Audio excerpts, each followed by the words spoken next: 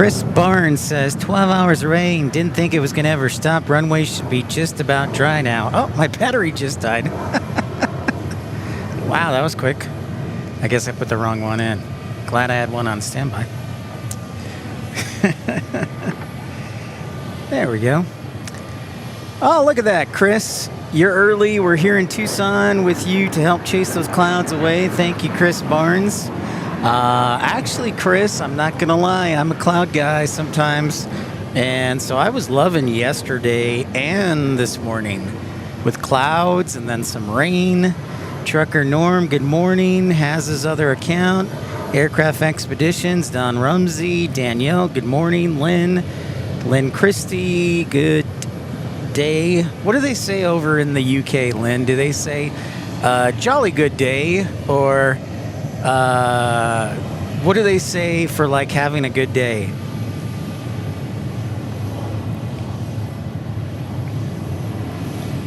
That's a good question. I was wondering that, Lynn Christie. As we actually have runway arrivals right now on runway 30, but I'm thinking things will change as we get closer to 10 o'clock or around there. If you look in the distance, you can see our F-16s. So I'm actually pointed in the wrong way, but I'm hopeful that the winds will change and they'll switch to runway 12. The first of the F-16s usually go out around 8 o'clock. So they're just coming back in from their maneuvers. So there you go. There are the F-16s.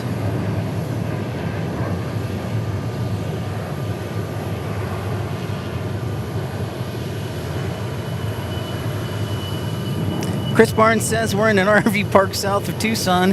Have been hearing F-16s all morning. Well, Chris, the good news is, well, I guess you could call it good news, or maybe you're like, I can't take these F-16s. They're a daily, what do you call it? A daily thing here in Tucson. Once a week they fly at night, but the rest of the time they're here during the morning. So you will hear them, most definitely, and Davis Monthan too. Now look at this, we got a pushback here on a SkyWest United Express flight. Great to see, Haz, that you went to the air show. Happy to hear that.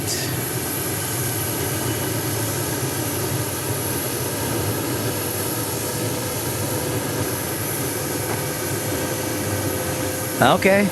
South Colb Road. I know kind of the general vicinity, Chris Barnes. That's awesome. So the clouds are breaking up right now. And we should have some sunny skies and a nice breeze. Lower 80s. So we're digging it. We're doing it. We're loving it.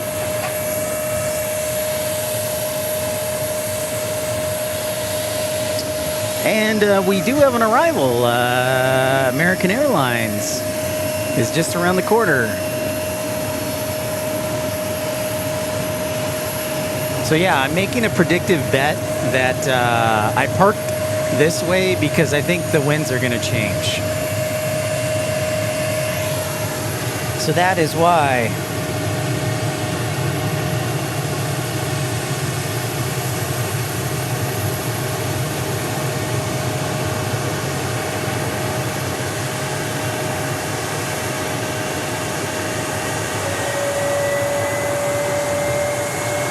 I'm going to zoom back a little.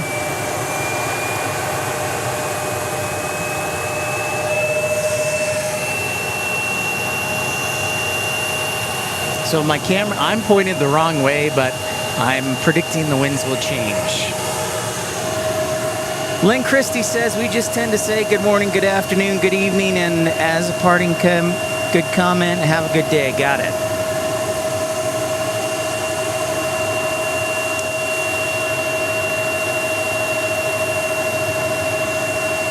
Matthew, good to see you. Q, oh my gosh, Q's in the house. What up? What is up?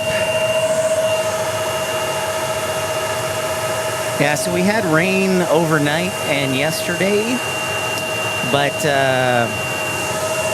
it's clearing up. Should be a sunny day, so more sunburn for the Pipster.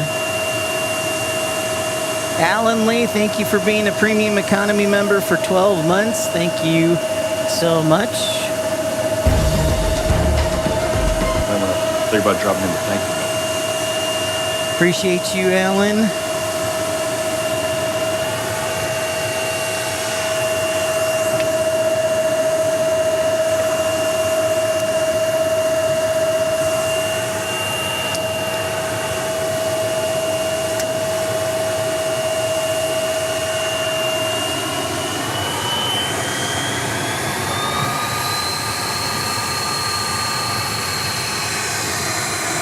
Jet blast, here we go.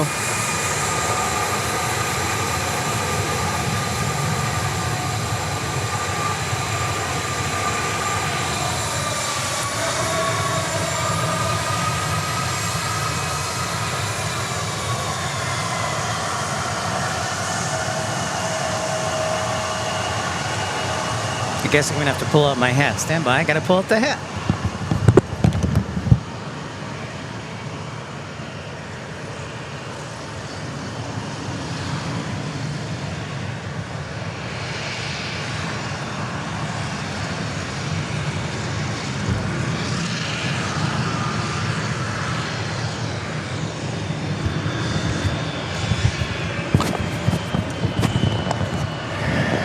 I am keeping an eye out for them, yep.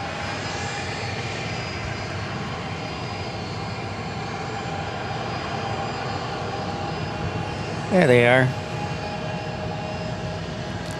Alan Lee says, get myself a coffee. Thank you, Alan Lee, for being a gentleman and a scholar. Might want to think about dropping in. Thank you. Thank you, Alan Lee, for your kindness and generosity, sir. Much appreciated. Jolly good gesture, sir.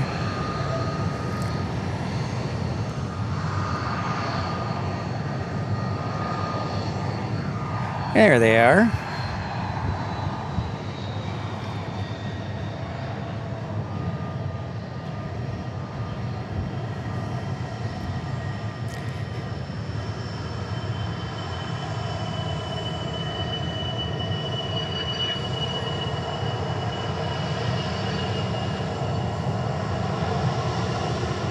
There's our airside ops. How do you know there's going to be a lot of jet action today, Haz? Are you top secret? I bet you're top secret Air Force clearance.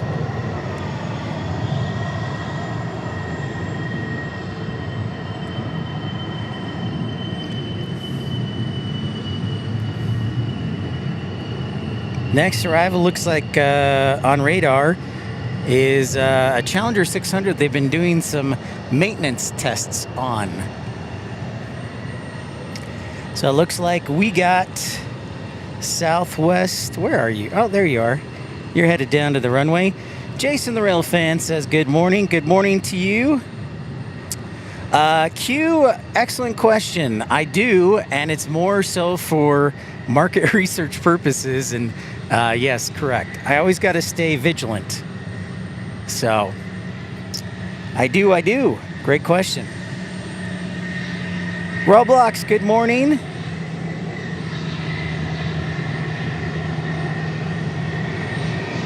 Looks like we got a couple of F-16s taxiing down to take off. So we got some Viper departures for you. Nobody else. The only person who has cool military aviation like this is Reverse Ops in Hawaii. Not that I want you to leave and go to his channel, but I also have to be honest, so.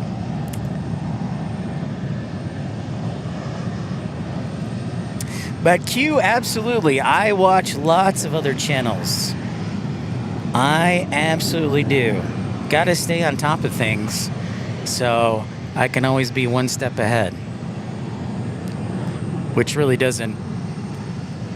I like to say that, but I can only do this maybe 1-2 days a week. So Chris Barnes pointing out that the F-16 payload hangs low. Jason, the rail fan, says, when are you coming back to PDX? Excellent question. When airline fares become more reasonable. I've looked, Jason, and the last time when we were in Portland, I flew up there for, I think it was $150 on Southwest. Basic package. It's now close to $300, so it's almost doubled. So I absolutely want to get back to Portland. It's just a question of, can we find a reasonable fare, Jason? So I can't give you a direct answer. However, I can give you a direct answer that as long as the weather works out, we'll be in Dallas this weekend for Mother's Day because my mom lives there. But we'll also try and sneak in a show or two at hopefully DFW and maybe Love Field as well.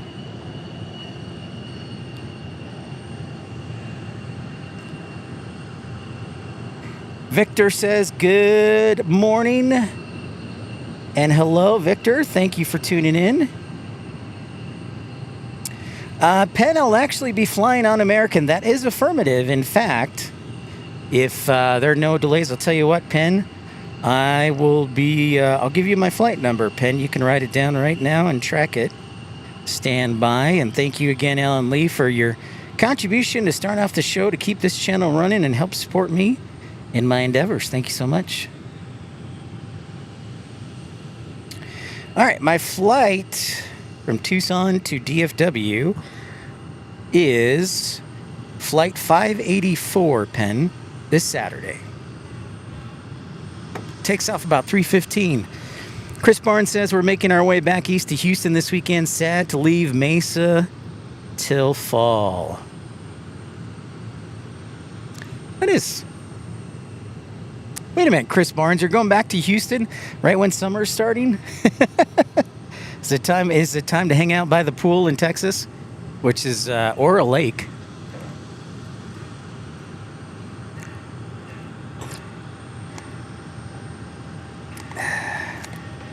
Jason, the parking garages are great for plane spotting.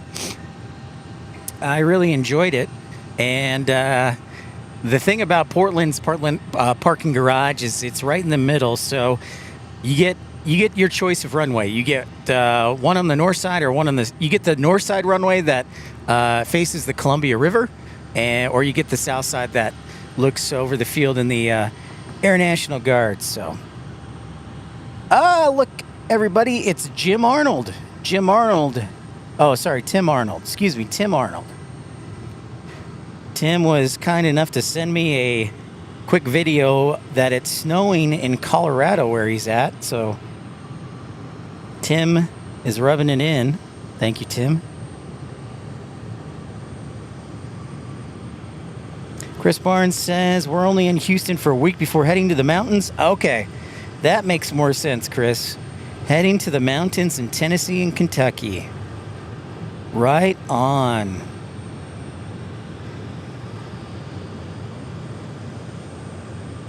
Larry likes trucks. Oh my goodness, Larry likes trucks. Thank you so much for tuning in, Larry.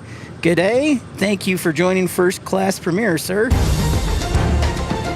Might want to think about dropping him a thank you note. Nice to see you. Got more F-16s landing. We got a couple waiting to take off.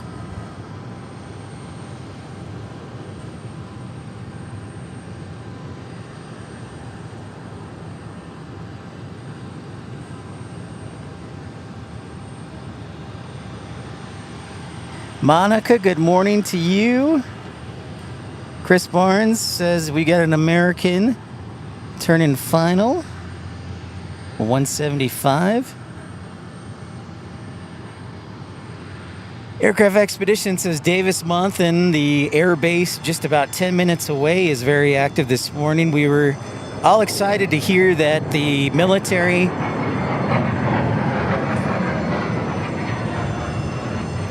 the military has decided to continue using the A-10 until 2030, I think we heard. So that's great news for Davis-Monthan and local spotters. Of course, the A-10 is one of my personal favorites. So we are very excited to hear that. As expected, the sun's coming out, so we might be a little bit warmer than what the forecast is. I'm going 84 for the high is my guess. If you're just joining us for the first time, welcome in. My name's Pip. I guess this is episode 502. 502? Yeah.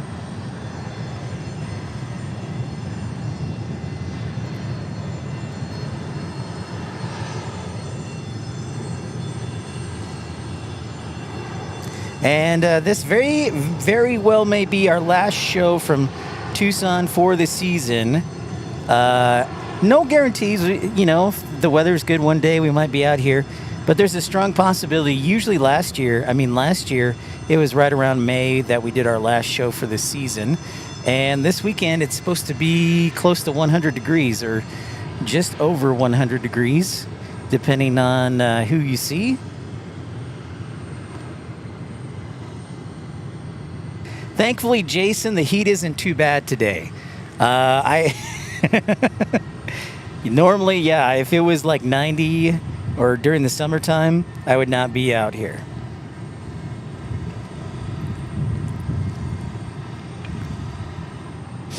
Oh, Aircraft Expedition says no more A-10s at Davis-Monthan. You know what? The military changes its mind so many times, Aircraft Expeditions. I will take that with a grain of salt.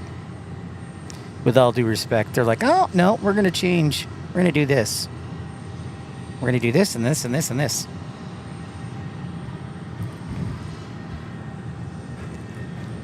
I really hope they change the runway configuration soon.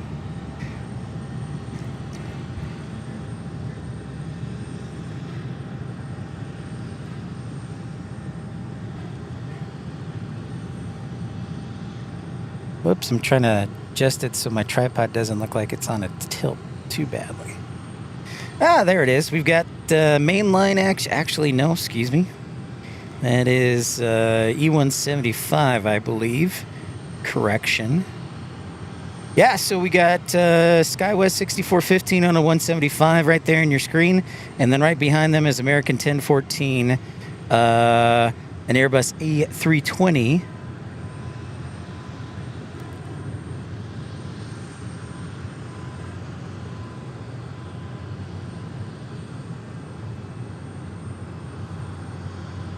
I know.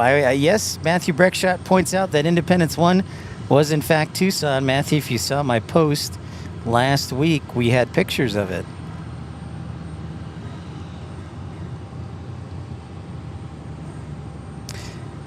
Now, Jason, do you live south of Portland or right in the middle between Seattle and Portland?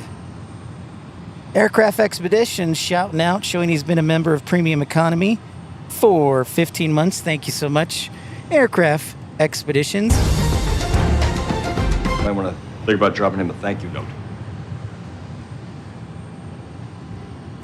Not to distract us from the E175 landing from Phoenix, but we're grateful for Aircraft Expeditions and his support of the channel. Yeah, has Spirit flying a lot of planes out to Marana and also up to Goodyear for storage.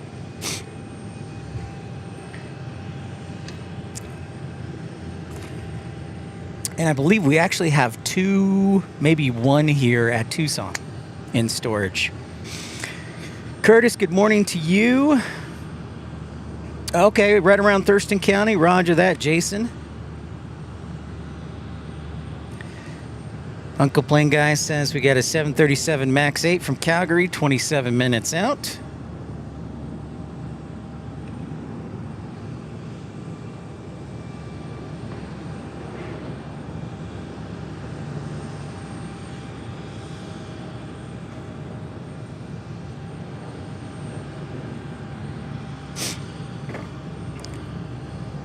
The traffic certainly yeah, I have sat in Seattle traffic, Jason. It's not a lot of fun.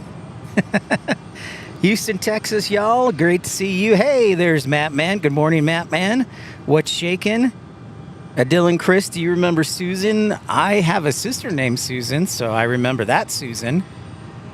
But yes, I do remember other Susans. I have a Susan over in Great Britain as well.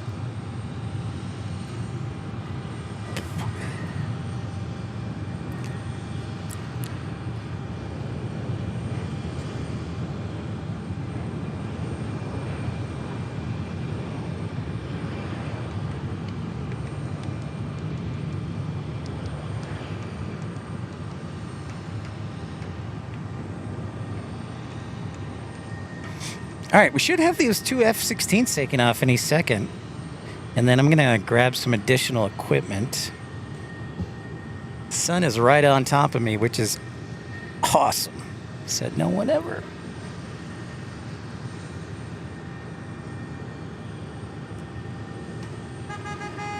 Mark says, good morning from Columbus. Actually, good afternoon from Columbus. Oh, look who it is. It's Gail Parker. Good morning from Green Valley, Arizona. Been here 6 years, originally from Portland. Yeah, Dylan, Chris, I remember Susan from Dubai. Yes, I do.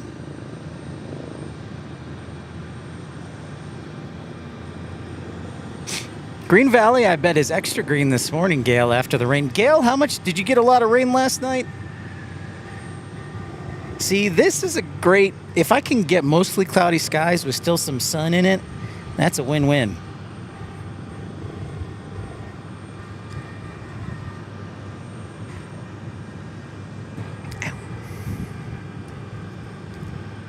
Again, a reminder, knock on wood, we will be in Dallas this weekend, celebrating Mother's Day. Cross your fingers that my flight is on time and the weather is good. That's the biggest thing. I never trust Dallas in the springtime. As we check out the CRJ taking off, I wonder, is this one going to Houston or Denver? Maybe San Francisco. Basically any one of their United hubs. Sorry about that. I should probably be looking at that.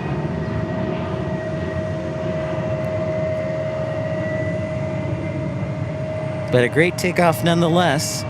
I hear some more F-16s headed our way. And Parker, good morning. Good morning, good morning. Gail says that she fell asleep when the rain started. Travis Michaels helping me out saying that United Express going to San Francisco. Thank you, Travis. Great to see you. Good morning. We got a Learjet just landing here.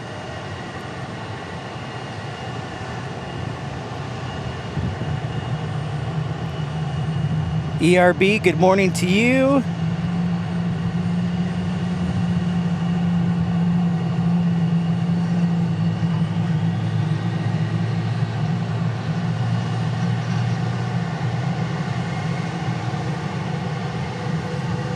We should have those F-16s taking off any minute.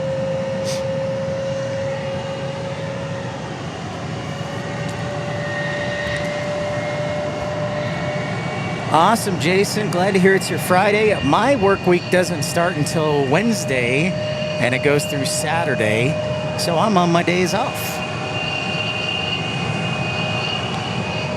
Boa tarde, ERB. Uh-oh. Well, here's to, let's get you a shop vac there, Aircraft Expeditions.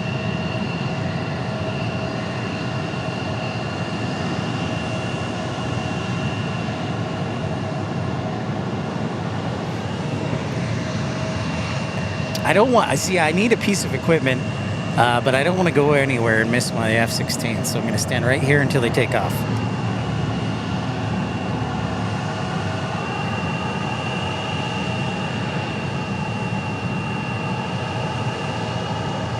So yeah, they should be rolling here shortly.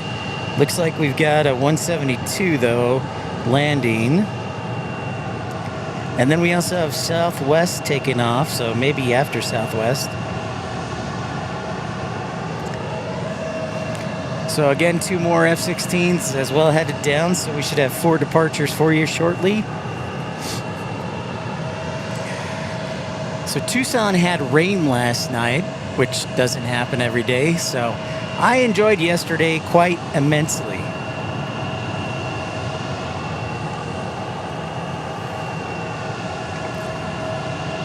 That's some good rain right there, Aircraft Expeditions.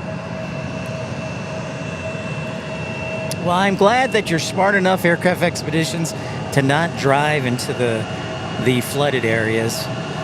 If you're just joining us, welcome in. This is Tucson International Airport, home of the largest Air National Guard facility in the country.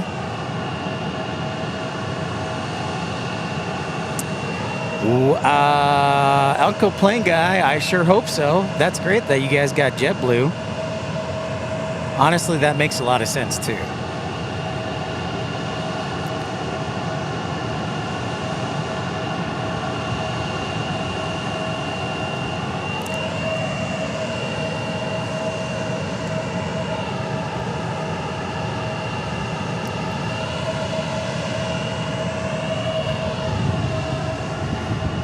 I went dancing in the rain last night.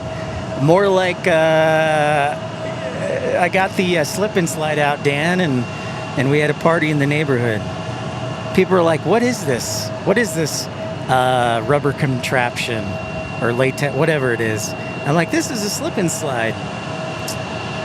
Oh, glad. Oh, Columbus is getting JetBlue too. That's cool. Awesome.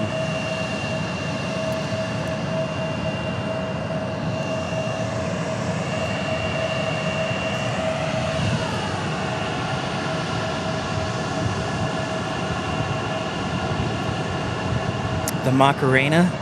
No. Nope. Just the electric slide, Dan.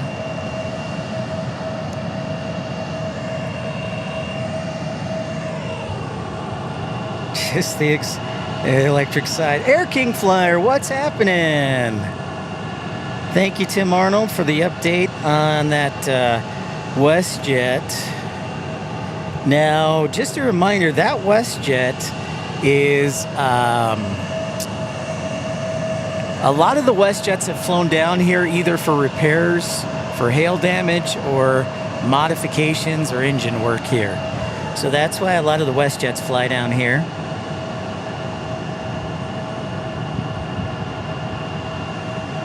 I'm glad to hear, Gail, you know what a slip and slide is. I love it. That's good memories right there. Good memories. Uh-oh. Does this Southwest have to come back to the gate? Perhaps a maintenance issue? I don't think it was landing. Oh, here we go.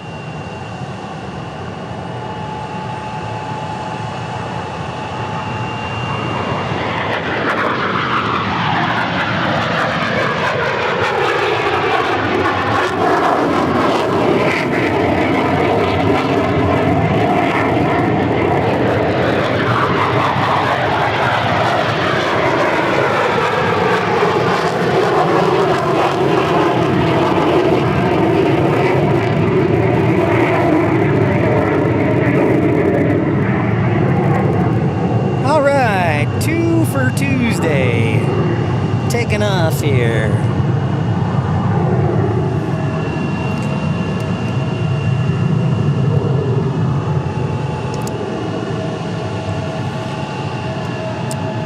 Tim Arnold asked a good question. Why doesn't WestJet start service to Tucson?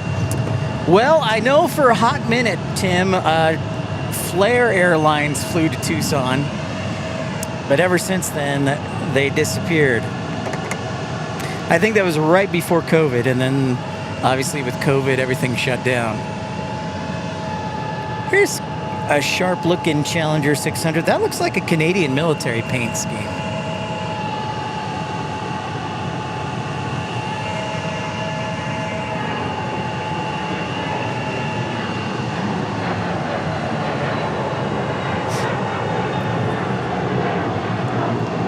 Very interesting.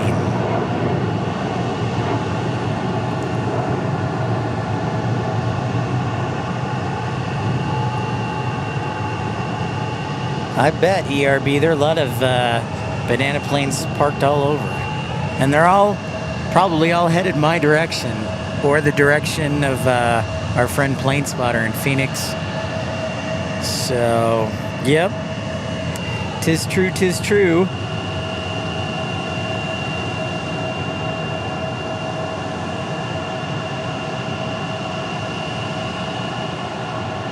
Well, if you fly Southwest, Mark asks how far it is.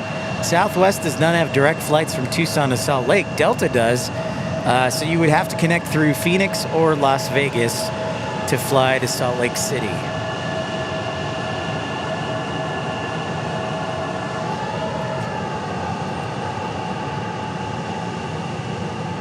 SkyWest CRJ action taking off.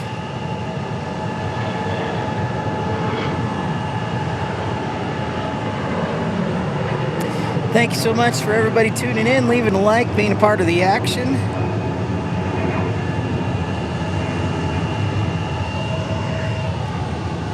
I wonder if this guy, United's got a little bit of a flow time. Perhaps. Craig Smith says, hi, good morning. I'm doing great, Craig. Nice weather today here in Tucson, allowing us to broadcast for perhaps the last time this season.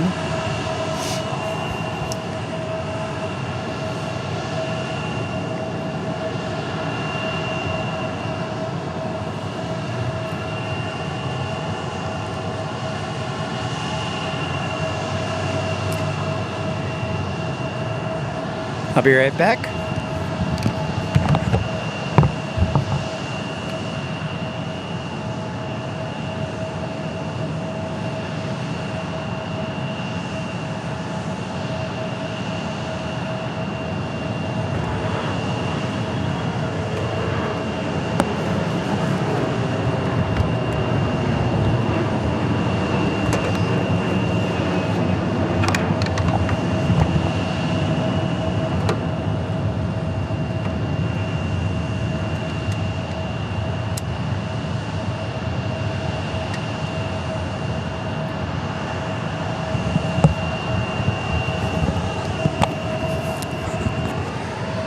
All right.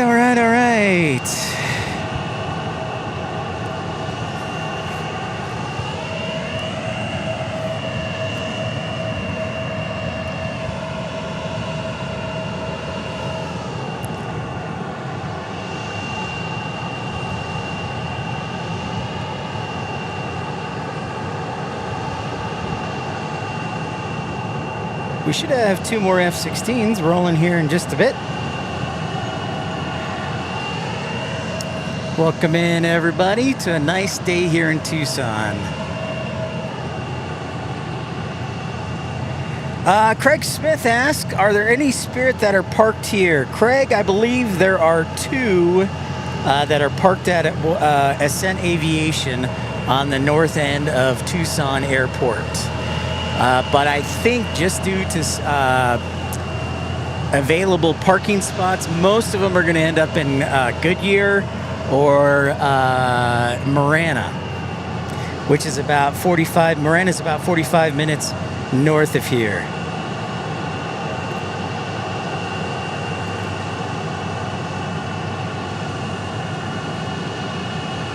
Yep, they are already hard at work. Aircraft Expedition says the nomadic crew, Captain Bob, will be busy or get busy moving planes. They already are. They were ferrying a couple yesterday. Oh, here we go. More F-16s.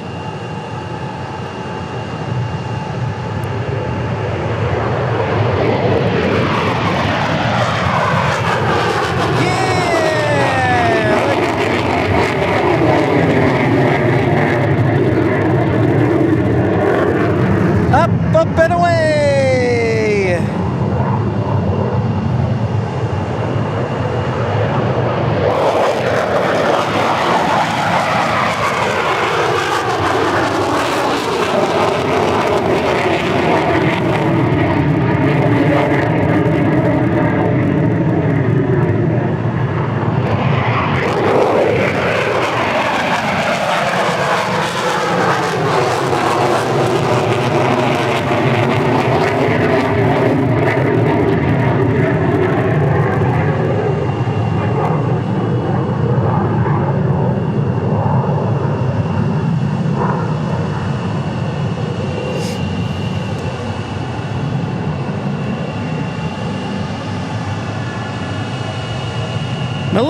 Good morning. Yeah, just in time from cloudy San Diego. We got almost as many clouds as San Diego. A little bit warmer, but Melina, I'm not going to lie, yesterday was great here in Tucson.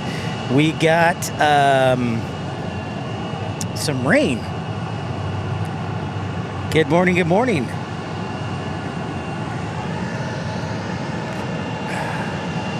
So that's 5 takeoffs we've had this morning from the F-16. Southwest is up next from Phoenix, Tim Arnold says.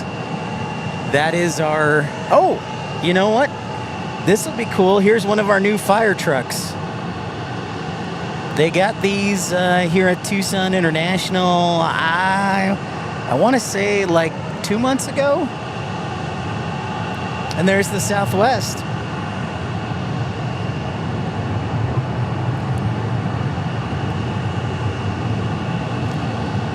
Oh, okay, Aircraft Expeditions. I'll keep an eye out. A tail flash.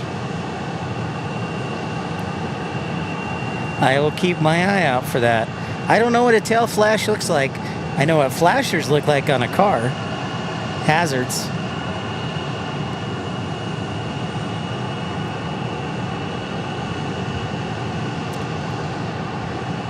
So yeah, there's our cool fire truck. Got to give a little love to ARF. Yeah, we got that about two weeks ago.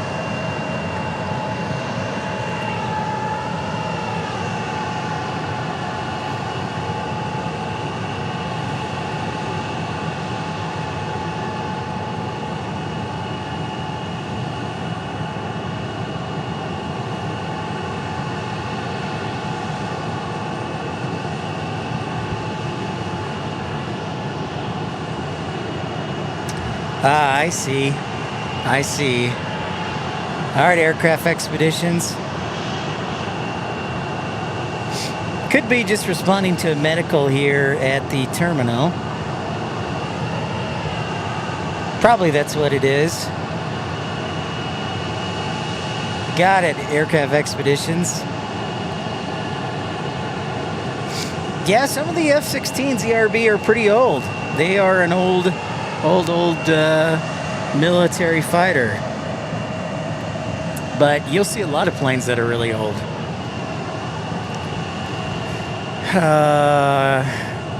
Yeah. Aircraft Expeditions can probably speak more to that.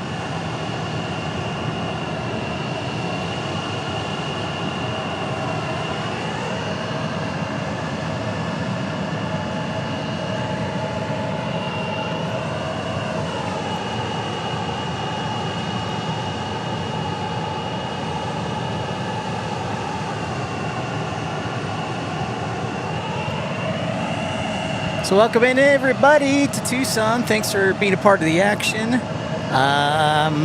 Expecting a runway change here fairly soon. I wonder if they're going to swap. We will see. Forecast said the winds will change around 10 o'clock. We'll see how good the forecast is. They're still arriving on runway 30, but potentially there might be a runway change, but we'll see. WestJet is next. I'm interested to see the paint scheme on this one. Is it a Sunwing branded WestJet? Is it a WestJet? We'll see. Aircraft Expeditions letting us know that 95 F-16s are currently at Morris, most of which are F-16 CSs. Thank you, Aircraft Expeditions, for that helpful information. A little inside word. There's a Cirrus Vision jet. Dan Reeves says good morning.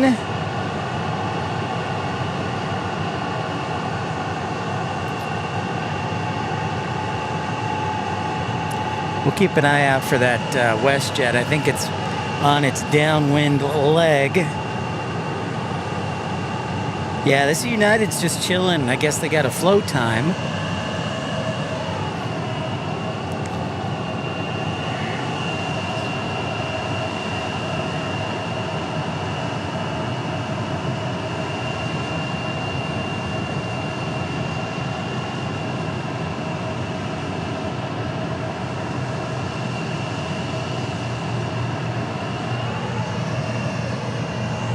We got a little, is that a King Air 90? B90?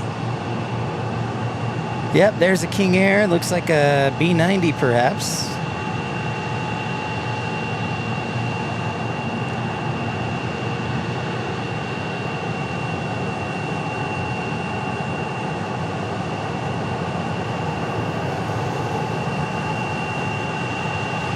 I don't know when I will be broadcasting in Dallas quite yet. Step 1 is actually getting to Dallas this weekend, which can be a challenge in the springtime with the weather.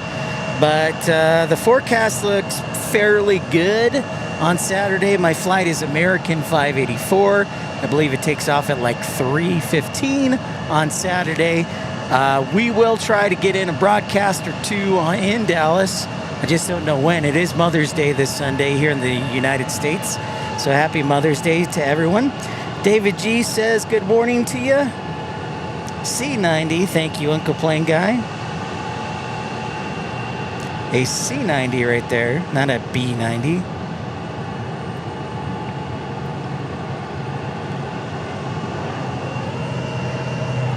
And there's a King Air. I think that's a 350.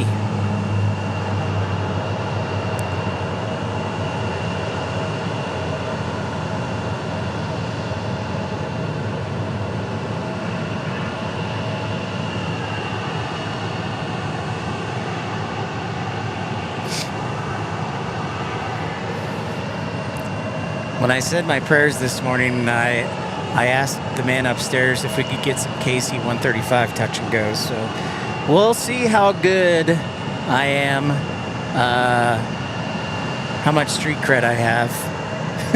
So,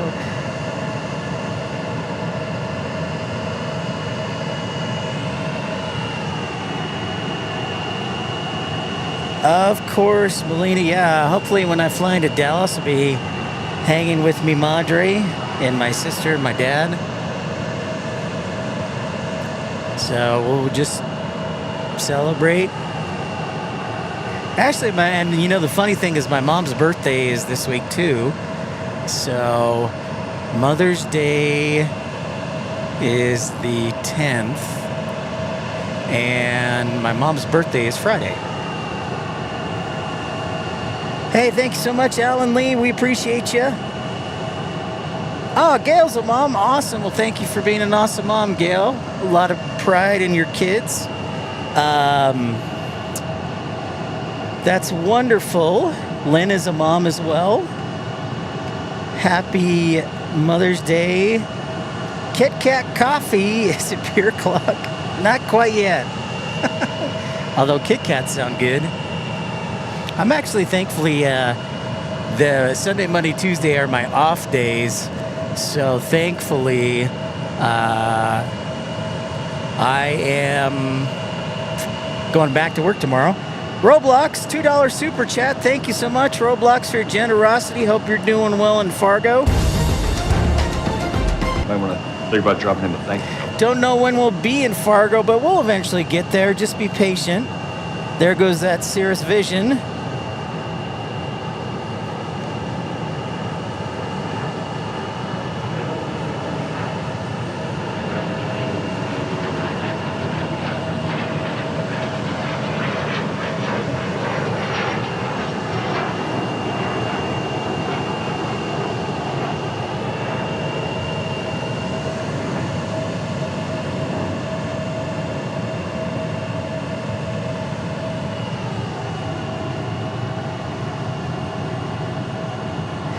Melina says it's my granddaughter's birthday on the 10th. Well, happy early birthday on the 10th. Excellent, Melina.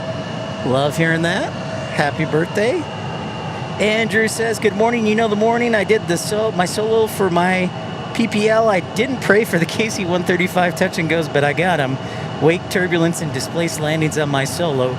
Challenging. There you go. That's the way to get thrown into the fire, Andrew. That's what I'm talking about. Thank you, ERB. Yeah, my mom will be 107. No, not quite. No, she's 35.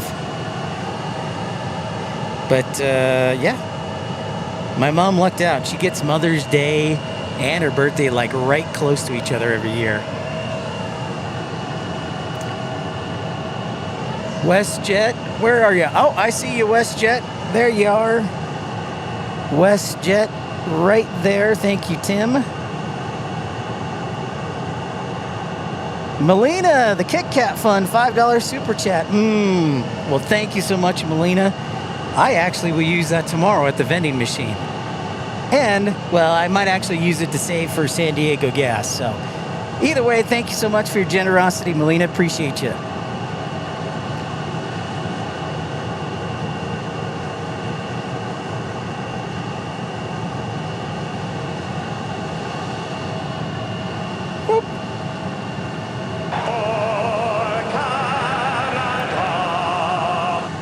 Sin Vision, what up?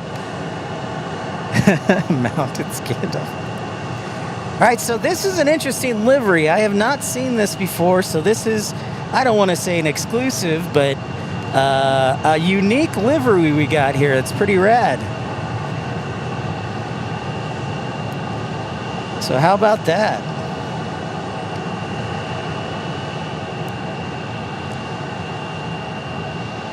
Thank you, everybody, liking and subscribing. Royalton. It's pretty cool. I have never seen this before. Well, thank you, Melina. I do love my sound effects as well. And Air King Flyer with a $2.99 super chat. Thank you so much, Air King Flyer, for your generosity. It's great to have you and love having you on the streams. Thank you so much. Got to make things a little entertaining, Melina. Yeah, this one is pretty rad. I have never seen this before, so I don't want to say exclusive, but we'll go with exclusive. That's pretty awesome.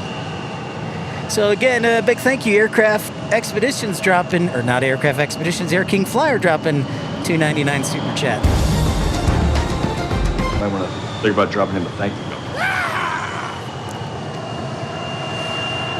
Sin Vision says, I live much of my life in a flat terrain. Well, you know, I grew up in Illinois, so I understand that, and I lived in Indiana, so there's more than corn in Indiana. There's also Indiana Beach, Sin. Yippers! An actual flight or just here for maintenance? It is here for maintenance. Great question, Yippers. The question is it engine maintenance? Is it a heavy check? But yeah, Ascent Aviation does a lot of the repairs on different aircraft, and they've been doing a lot of WestJets lately. So you can't see the hangar from here, but Ascent Aviation is on the far north side of the airport. And so if you drive by on Park Avenue, you'll see lots of different tails in the Ascent Aviation hangar area. Finally, United gets released for their float time. I'm sure they'll wait down for a minute or two down at the end, runway 30. But they were waiting there about 25, 30 minutes.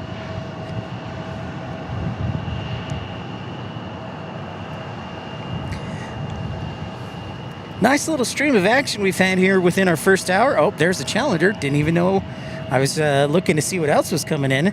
We're starting to hit the busy part of one of the busy parts here at Tucson International from about, I'd say, 10:30 to like 2 o'clock. We get a fair amount of action, and then it slows down till about later at night, probably like 8:39.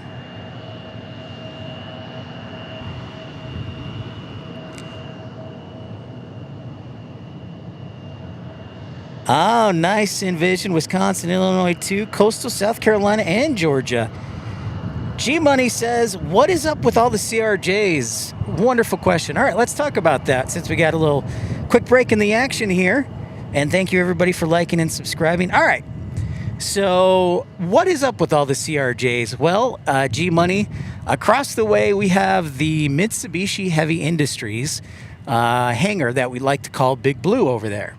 And so Mitsubishi bought the CRJ program from Bombardier, so that's why I say Mitsubishi because Bombardier, of course, created the CRJs. But they do a lot of repairs to CRJs over there. They also put CRJs into storage, send them to other carriers. So there's a lot of work done over there. That is why there's all those CRJs. Great question. Damon Smith, good evening. You missed 5 F-16s, but we should have a few later on.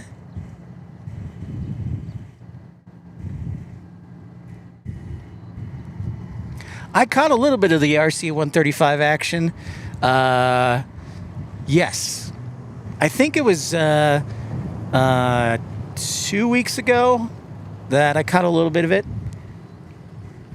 So, as you can see, there are lots of CRJs in storage. Most of those over in this part of their facility that are just there in storage, those are all CRJ 200s. A lot of them have been mothballed. One of the SkyWest people said you could probably buy one for about $500,000, maybe $750,000. I think you would have to buy the engines too, which would add probably another $500,000. But that's a pretty good deal. We're crossing our fingers for you, Aircraft Expeditions. We hope you get that job with Bombardier.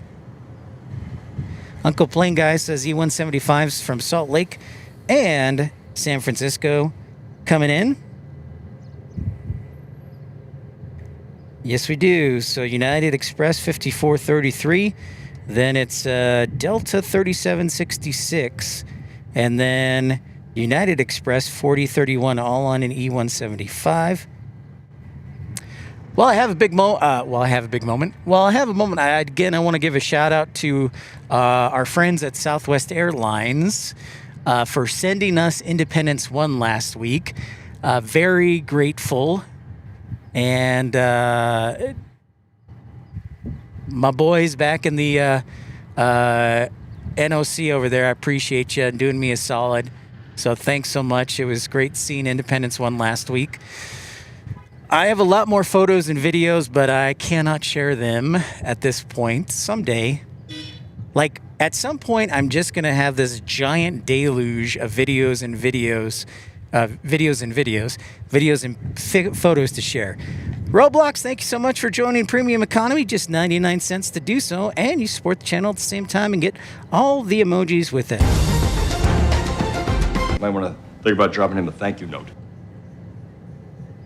Of course, Aircraft Expeditions was kind enough to share some of his photos that I was able to post online. If you go to the community section of our channel and scroll down, you'll see it in a post probably, well, it would have been almost a week ago. So thanks again, Southwest, for doing good old little Tucson a solid.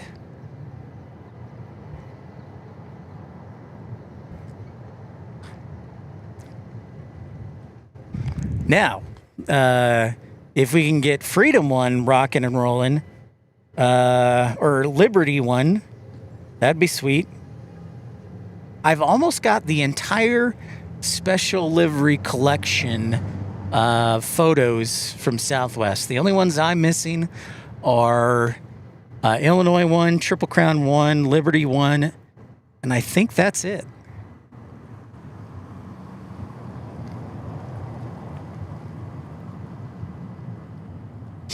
So it was very cool. It is most definitely.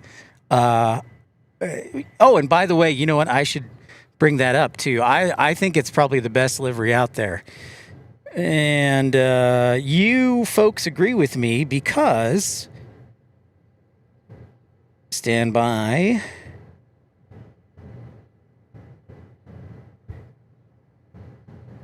We had 173 votes cast so far, and of the 4 liveries that I put in our Pip poll on Saturday, 57% of you voted Southwest Independence One livery, your preferred livery, over Lufthansa's 100-year livery by a more than 2-to-1 margin. So clearly, Southwest Airlines hit it out of the park with the Independence One livery.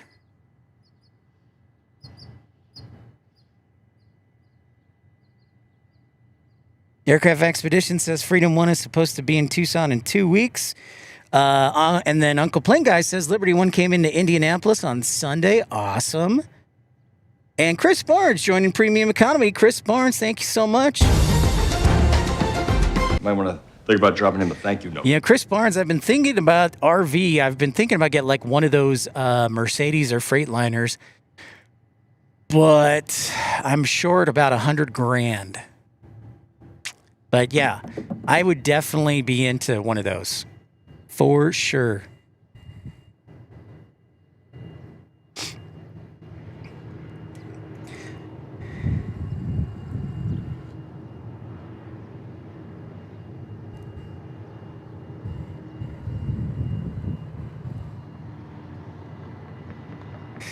Yes, I'm impressed with how long Spirit held out. Yeah, see, there you go. Chris Barnes says short about 700 for 700K for a Freightliner. Yeah, I wouldn't need much, Chris Barnes. I mean, it would just be me, and then we could go wherever we want, pretty much everywhere from Aspen to Spokane, Seattle to Atlanta, and everything in between.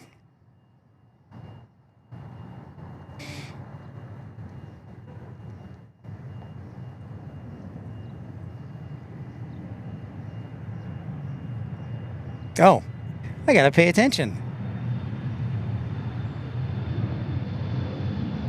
There's our Flow Time United ERJ 175 taking off.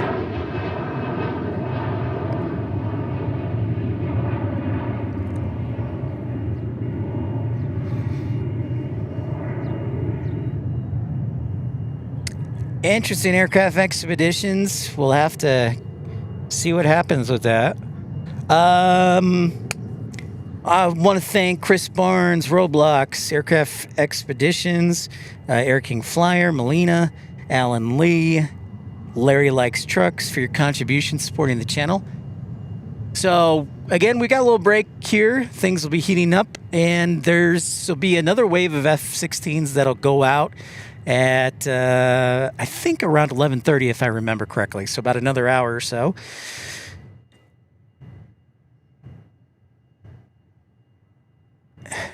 Andrew's right about Pinal Airport, which is 45 minutes north of here. There is quite a few spirits that have flown in there. In fact, I will tell you this. If you kept track of what was going on Pinal, you could probably see what was happening with Spirit long before they ceased operations early Saturday morning. So there was probably 5 or 6 ferries last week before Friday. We'll see you later, ERB. Oh, you're just saying safe travels to the E-175. I wonder if they're going to finally switch runways. The winds were supposed to be out of the southwest, which basically gives us, they said 220, which is pretty much a crosswind. So that's interesting. So we'll see what happens.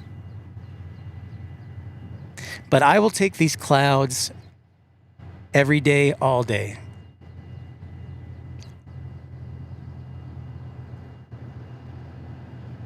We had last week, we had a 777 from Max Air, which is based in Nigeria, stop by. I think it was late Thursday night, and then took off to Bangor, and then I assume, Bangor, Maine, by the way, and then I assume back to Nigeria. So that was cool. Craig Smith asks, when is my next Seattle trip? Ooh. Well, I've been talking, Craig Smith, with our friend Rainy Cajun, who lives there up in Seattle, and he started streaming from Boeing Field, which is great. So his channel is called Go Flying. It's spelled G-E, Golf Echo Alpha Uniform X-Ray. So Go Flying Golf Echo Alpha Uniform X-ray. But I'm talking to Rainy Cajun, and nothing planned immediately. The biggest challenge I have right now, Craig, which everybody understands, is how much flight fares, how much fares have gone up on airlines. So I have miles, so I'm looking for a good miles deal. And then also United Express landing there. So I'm looking for a good miles deal, Craig, and got to find a good fare to get up to Seattle. But we'll get up there. I have a feeling, though, Craig, it'll probably be towards October, November. If you remember last year, we started travel in September, which was a perfect time, September, October, which is a perfect time because you're right in between the end of summer and Labor Day. And then here in the United States, a lot of school districts go on what they call fall break, where they have a week of vacation in like mid to late October. So a lot of the good fares are like in the September, like early October range. And so we'll probably do that again.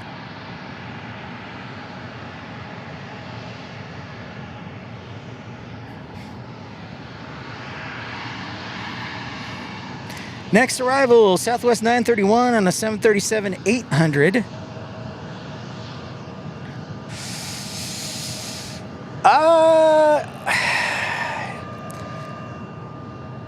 All right, so Damon asked a question about JetBlue and Spirit merger. Damon, I will answer that in just a moment after our Southwest livery.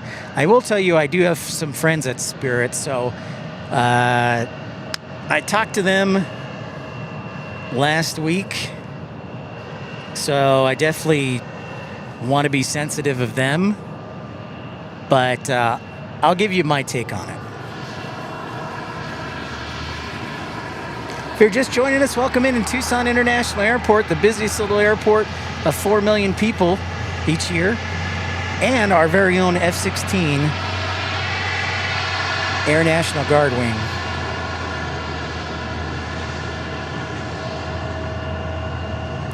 Oh, Craig, we'll make sure to absolutely announce it. Chris Barnes says, if anything, there should have been a Spirit Frontier merger. I kind of agree with you, Chris.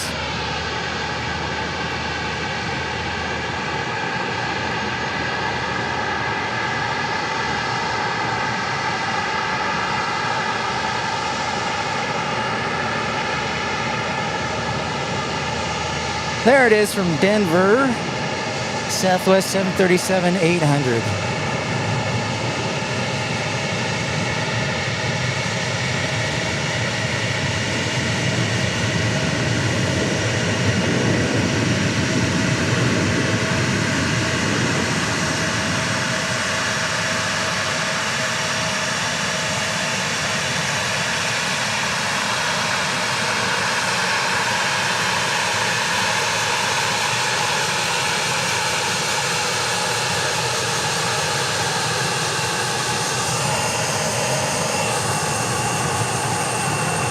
Yeah, we got that 175 blocking in here.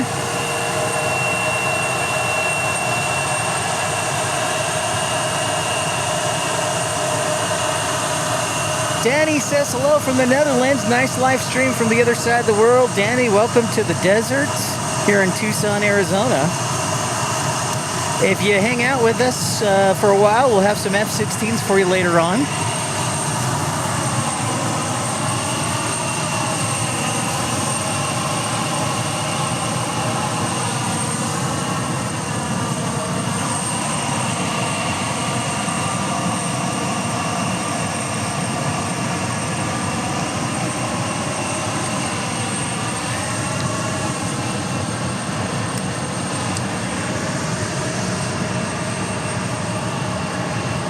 And we got another arrival. We got this Challenger that had some, they went down to what's called Alpha 17. They did some engine testing down there, and they're taxiing back to the Bombardier facility. I believe this is our Delta. Hi, Robbie.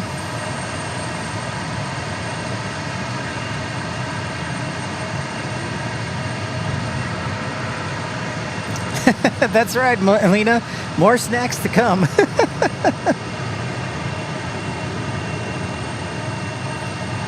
Yeah, I'm thinking the F-16s will be out rolling in about another hour. We'll still be here. We'll be hanging out here. So thank you for joining us. This is a Delta connection from LAX. I feel like Tucson's could be a candidate for E-175 capital of America. That's not true, but we do get a lot of E-175s, and we get them from all four major carriers that fly the E-175: Alaska, Delta, United, and American.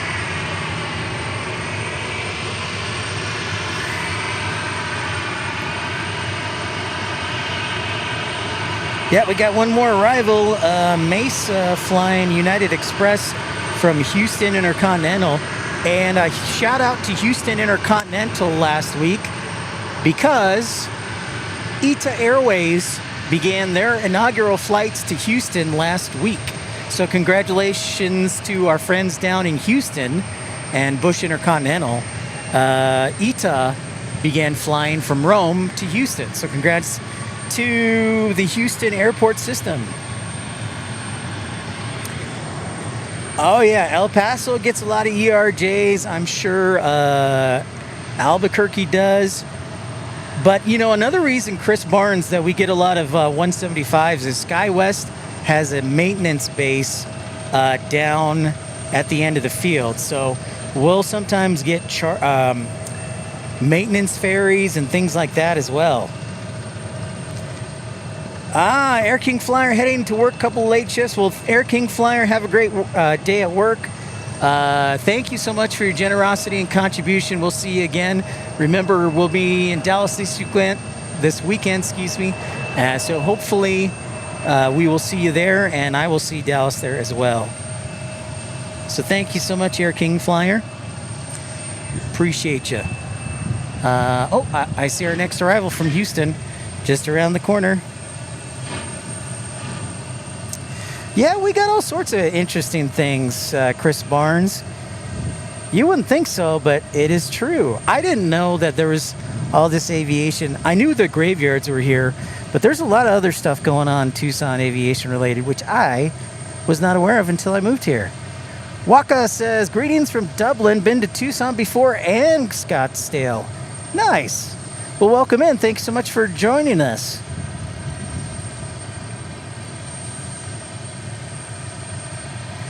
Dublin is on my bucket list of places to go. When we hit 20,000 subscribers, we're going to go, hopefully, to the UK and broadcast for a week. I'm thinking Dublin will be included on that trip there. Tyson Price says hello. Oh, what's going on, Tyson Price? Jet Dispatcher, what's happening? Save F9. Save F9 is also a generous friend and takes care of his friends.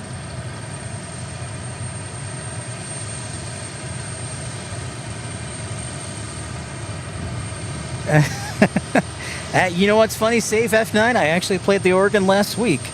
It was my turn and they asked me to play, and I was like, sure. So F9, I played the organ and I taught Sunday school. So it was a full day there. Full day at the old church.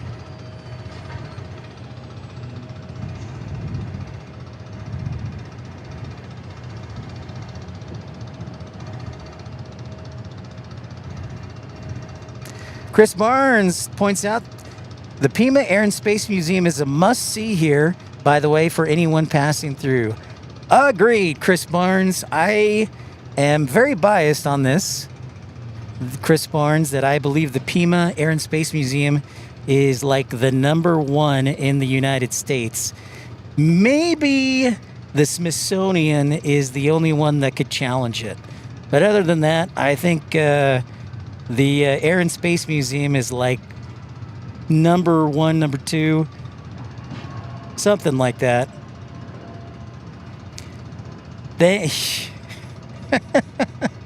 Thank you, Aircraft Expeditions. Actually, you gave me a walking stick. You know, Tyson, I would love to, but I think I have to be a little bit better. I'm not the best. I can maybe carry a tune, best case scenario. So 510 Steve says, good morning, and we say good morning back to you, 510 Steve. All right, Chris Barnes says the Smithsonian at Dulles is for sure the number one, though. But Aircraft Expedition says Pima is the largest air museum on the West Coast. It's pretty great, for sure.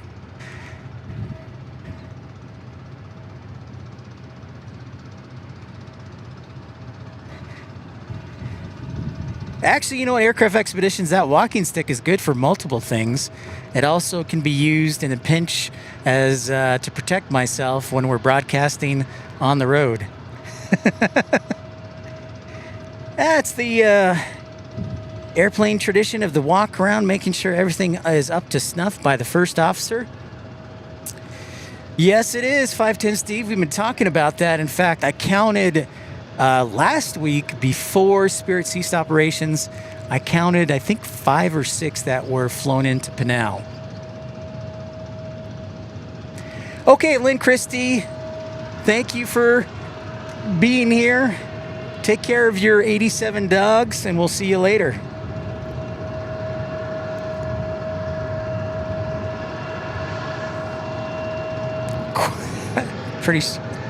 That's not true at all, Aircraft Expeditions. No, sir. This United Express is going to head our way. The United hangars are over here. No way.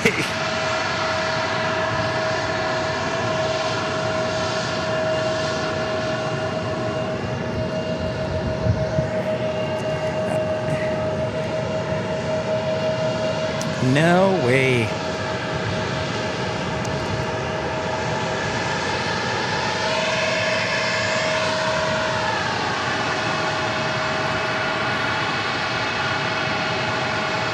There sure are, Damon. There sure are.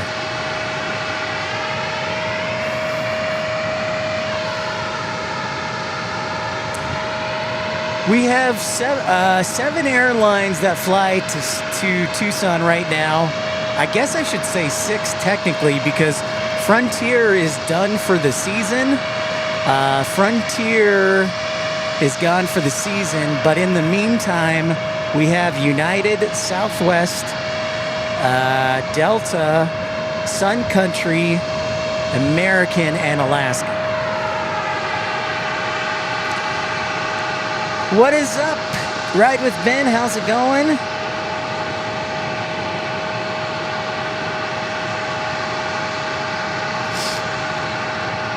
Brian Lloyd, good afternoon. Chris Barnes says, I think Scottsdale might be tied with Teterboro for most private jets, though. Maybe San Jose. Great question. I would say you're on par. Victor Franco, good morning. Hello from San Diego. Love Tucson. We are a University of Arizona family. Go Wildcats, bear down. Oh, shoot, Victor. That's awesome. Might want to think about dropping in. I did not know that. Thank you for letting us know, Victor Franco. Appreciate that. That's pretty awesome. I'm wondering, Victor Franco, if the Arizona Wildcats men's baseball team can replicate its success it had last year. It'll be interesting as I think we're pretty much closing out the regular season and getting into the conference tournament.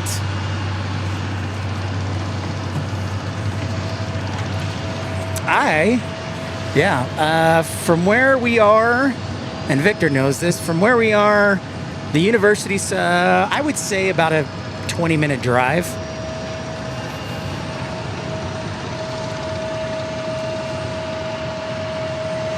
Thank you. Ride with Ben. Chris Barnes, Ride with Ben brought up Van Nuys Airport in California. That for sure would be on the list. But yeah, Scottsdale is definitely close. In fact, here's an interesting information, Chris Barnes. So A lot of times, private jets here that are in Tucson, that land in Tucson, will have longer flow times than planes flying to Phoenix. That's how popular it is. Oh my goodness, Chris Barnes with 10 memberships gifted. Might want to think about dropping him a thank you note. Hello again, everybody. Oh, Harry's excited about that one, Chris Barnes. Thank you so much for your generosity. Congratulations to Sydney at 34 left, ETN 5000, Nick, John, Donica Burns, Drew, and Kyle. Thank you so much, Chris Barnes.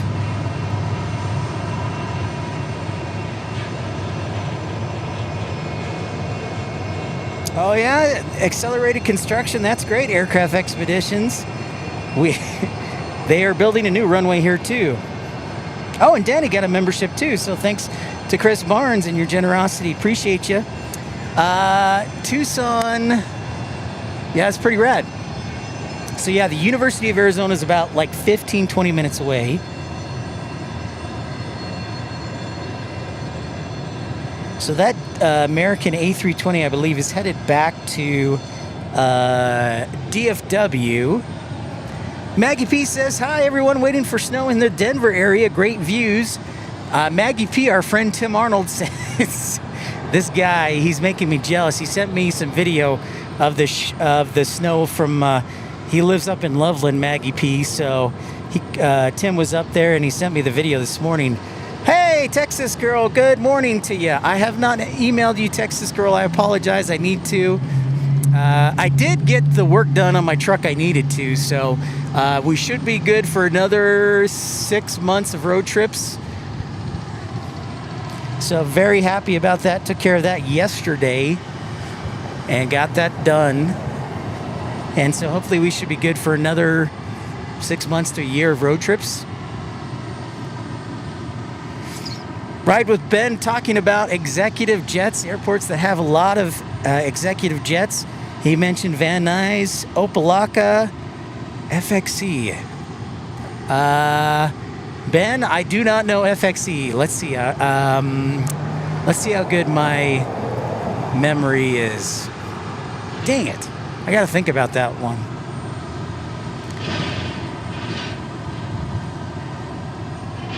Texas girl, we are on schedule to fly out unless something crazy happens. We are taking flight 584 on Saturday if you would like to track. I don't know when we're going to broadcast yet. Step one is getting to Dallas, which in the springtime I'm always suspicious of with the weather. But our flight is scheduled for Saturday, this Saturday. We're leaving Tucson approximately 3:15 or so. Flight 584, direct flight to DFW. And then, of course, Mother's Day and Sunday. But we're hoping to sneak in a live stream on Monday, maybe Tuesday. We'll see. Fort Lauderdale Executive. Thank you. Thank you, Ben. Chris Barnes says snow should be illegal in May. Well,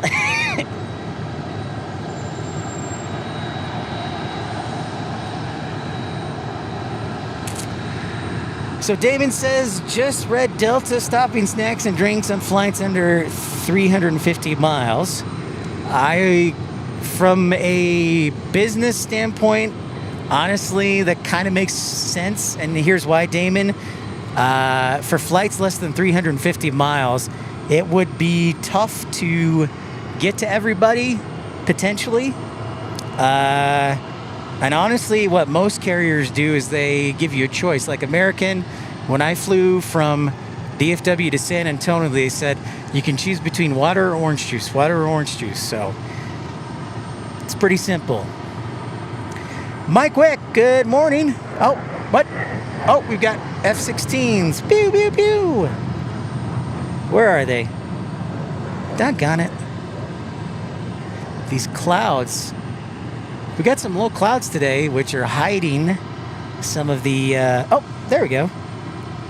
F-16s. We're still on runway 30 arrivals. I'm expecting they will land eventually on runway 12, but the winds have not yet picked up.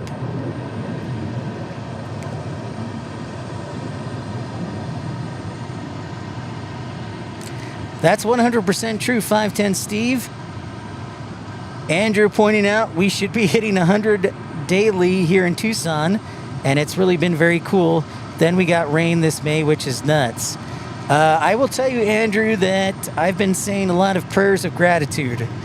So for April. So what? Oh.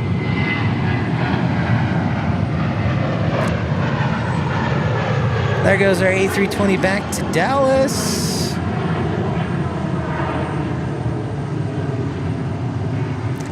Chris Barnes says, I do the Dulles to Richmond United flight and the Houston to Dallas flight sometimes. They actually try and serve snacks on those.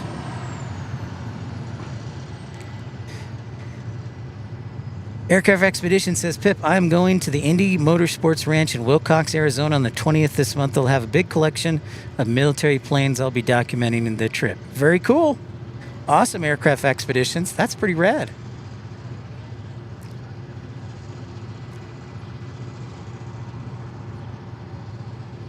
Let's see if that F-16... Oh, there it is. You see it right there, and then it goes below the roof. Definitely a possibility, Tim. That's probably the plane I'm looking forward to seeing most, Texas Girl. It's been 5 years since I last saw... No, 6 years.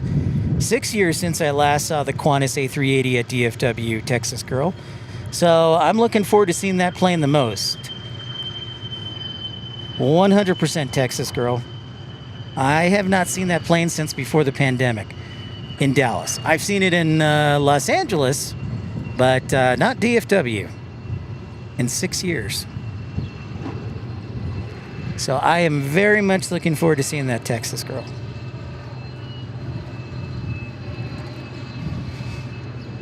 Ride with Ben points out that Delta flights now have a minimum of 70 seats now, too, so even harder to get everybody than a 50-seater. Arkman says, I miss that area. Flew in and out of Tucson starting in 1982 as a 9-year-old kid. Well, welcome in. So glad you could join us. My name is Pip. I actually live in Tucson, and I work in airport operations here in some capacity. So glad to bring the action to you. I feel a wind change a little bit.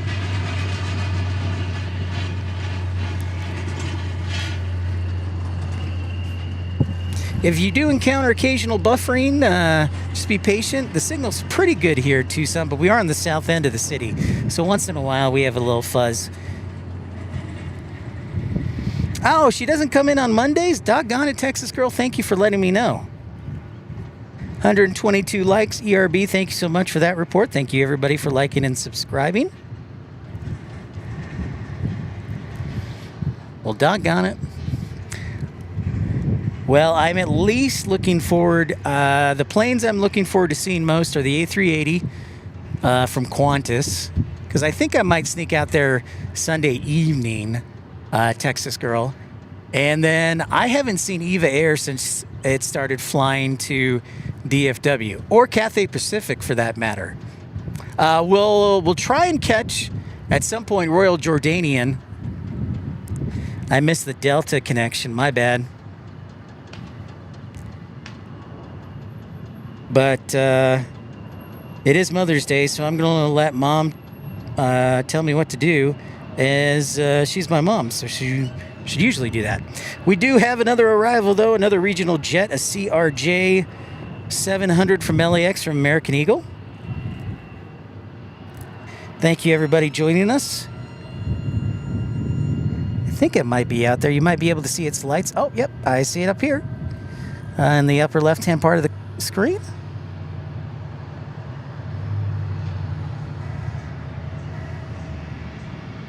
You know, Andrew, to your point, April pretty much was the greatest month in Tucson history for weather. that I've experienced, maybe other than February of 2025. So I can accept my face melting off now, because April was an awesome month. Face melting can commence. Roger that, Texas girl. Thank you for the schedule alerts on those flights. Very much looking forward to that, seeing the family and just having a good old time.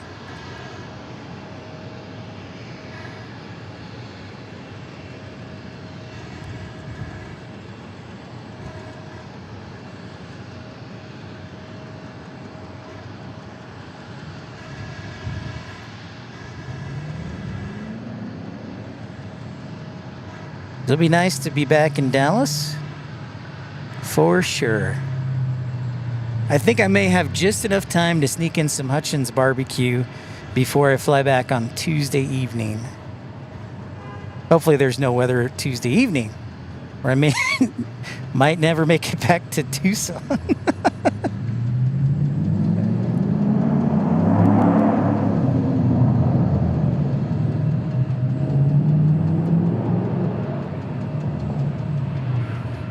Steven Likens, what is up, dude? It has been an Arizona hot minute. Great to see you, man. Thankfully, it's not too hot yet. We're fortunate enough to have some pretty good weather, mostly cloudy. I wouldn't say, well, I'd go 50-50 coverage on the clouds, but the temperature isn't too hot. The sun in Tucson is still bright. That's one thing people should know. If they do come to Tucson, you're about 2,600 feet, so you are closer to the sun, which means there's a higher probability that you'll get sunburned. So make sure you have protection and whatnot. Booyakacha, what is up, man? Thank you for liking, tuning in. Greetings to the Midwest. So we are, I'm thinking about 45 minutes away from more F-16s, if I remember the schedule correctly. And then we're going to have a lot of commercial arrivals and departures here in the next couple hours, so stick with us. If you're new to Tucson or tuning in for the first time, let me first check to see if we have any immediate arrivals. If not, I'll give you a quick little tour here. We do have what looks to be 2 planes waiting to take off, SkyWest 6415 back to Phoenix on American Eagle, and then Southwest 737 waiting to take off back to LAX on flight 779. Tim notifying us that Tiny's Cirrus Vision jet from Laredo, Mexico is arriving. But let's do the quick tour since the Cirrus Vision is arriving. All right, so one of our biggest employers here is Raytheon. Raytheon Corps, the military defense contractor. That is their hangar over there. They have a couple of planes and other things stored over there. But Raytheon is a massive employer. Like several thousands upon thousands of people work at Raytheon here in Tucson. Next, that is the sheriff's hangar. They have, I think, a couple of Cessna Caravans in there. So you can see the RTX, the Raytheon Corps. No, sorry, incorrect. That is not the sheriff's hangar. That is actually an empty hangar. The sheriff's hangar is over here. Well, I'm glad, Trucker Norm. You know how I love clouds. Whatever I can share with my friends. This is the new tower. This is the new tower. This tower was completed in 2016? And please correct me if I'm wrong. And over here we have Mitsubishi Heavy Industries.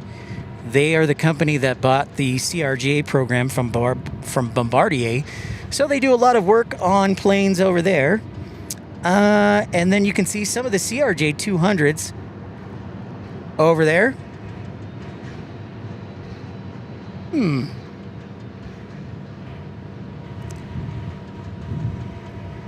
All right, so here's something interesting I want to point out. This could be coincidental, or they could be taking it in for maintenance. But this is one of the FBO's trucks, FBO's fixed base operator, that serves non-scheduled traffic. We'll get back to that, but Southwest 779 is taking off to Los Angeles right now.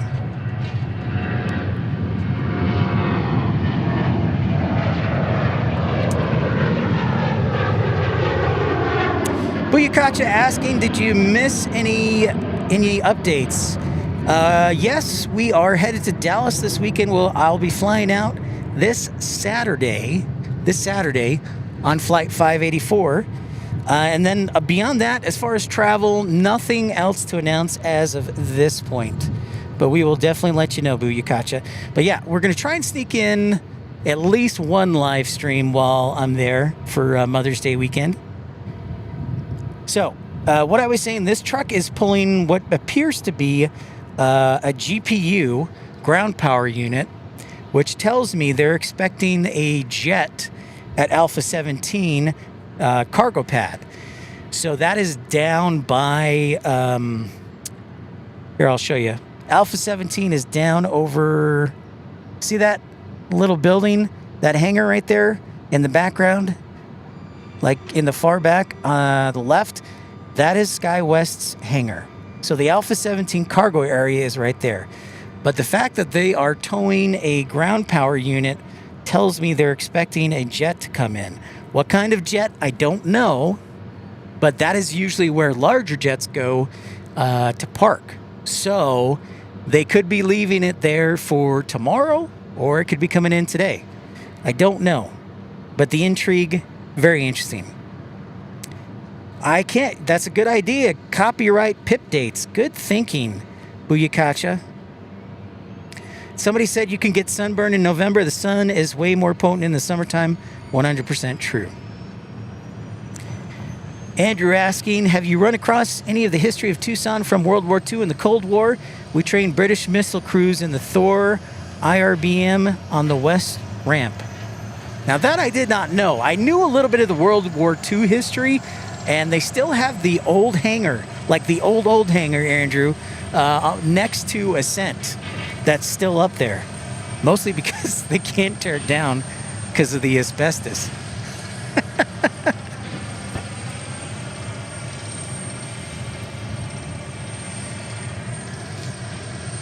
This is Concourse.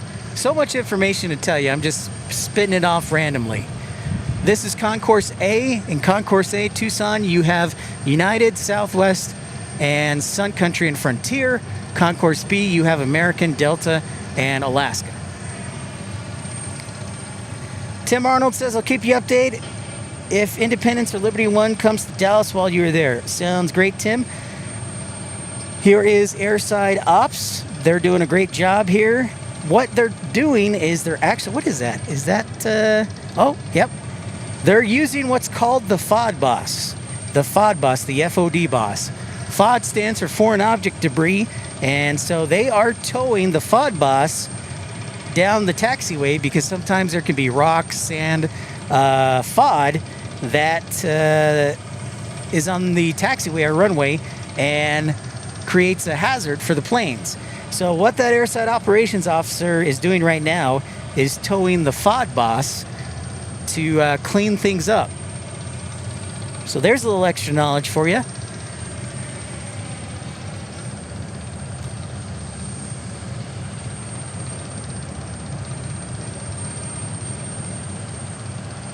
Yeah, I envision that's exactly right. They keep painting it to seal it in. Yeah, I asked, why haven't they torn that down? They're like, oh, there's asbestos in there. They can't they can't tear it down.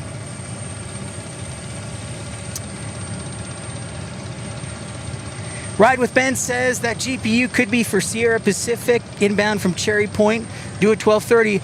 That could be, although Ben, I think Sierra Pacific has their own GPU though.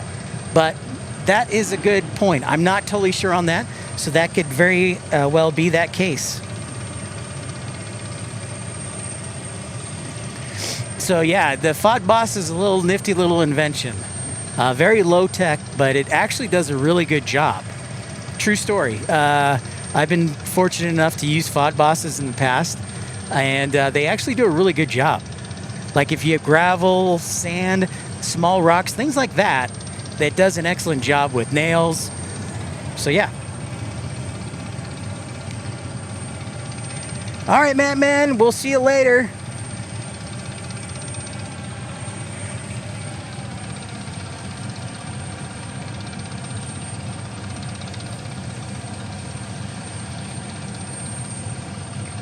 We will see you in a little while.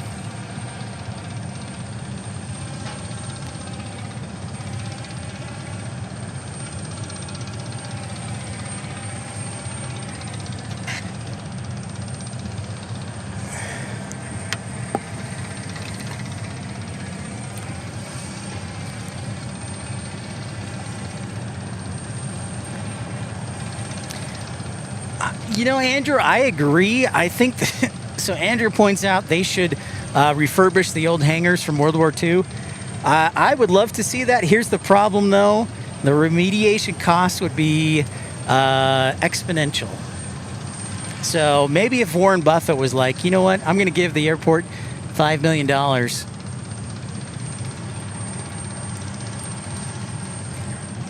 That's definitely a possibility, but yeah. Stephen Likens says, question maybe you've been asked about that since Spirit Airlines have shut down. What are the plans for the airplanes? Great question, Stephen. And Damon, I haven't answered your question. I apologize. So I'll answer Stephen's real quick. A lot of them, Stephen, are actually being ferried out here to Arizona. So easiest way to explain this is I compared... Gail and Jane, forgive me for this explanation, but... people move out to the desert because it's easier, like when they retire, it's easier on their body, their joints, right? It's not as cold. People who have arthritis often come out to the desert because it's dry, it's not humid, doesn't affect their bones as much. Well, the same concept applies to planes. Planes, when they're stored, usually will fly out to the desert. That's why you see so many boneyards in hot, dry areas here in the West. So like Tucson here, Marana, which is up the road, Victorville in California, the Mojave, the list goes on and on. So Spirit, whoever owns those planes, whether it's Spirit, the lessees, or the owners, they're going to send those planes out here to the desert to different boneyards to store them until they're used again, until they get another buyer or something. But they specifically store planes out here in the desert because it's not as moist, which means it's less likely to rust or have issues. So you'll see a lot of Spirit planes, and they've already started, by the way, Stephen, ferrying those planes out to Goodyear over by Phoenix, Marana up in Pinal, 40 minutes north of here. So yeah.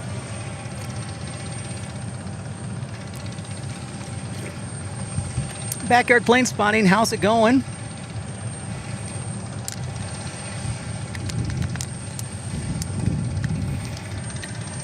Okay, and so Damon, if you're still there, he asked a question earlier about, do you think it was bad that the government didn't approve the JetBlue Spirit merger? So I personally was of the opinion that the Spirit JetBlue merger was not a good idea for several reasons. I didn't see how it would benefit the consumer. I didn't see how it would benefit the two companies. If anything, Spirit should have merged with Frontier, and Frontier offered them a deal, but Spirit got greedy and JetBlue gave them a better offer, but then the government axed the deal. So long story short, in my personal opinion, I thought Frontier and Spirit would have made a lot more sense than JetBlue and Spirit. So that's just my 2 cents, though. Absolutely, Stephen. It's a great question. Thank you for asking. I mean, since we got a minute here, a little break in the action, feel free. Yeah, great question. So thank you, everybody, joining in. Pip's Plane Spotting Live, episode 502. From Tucson, this might be our last show of the season, just because it's going to start getting hot next weekend, and I expect it to continue. It's supposed to be around 100, 102, 103 in the next week. So far, our friends across the pond or in Canada, I think that's like 35, 36 Celsius. So really hot.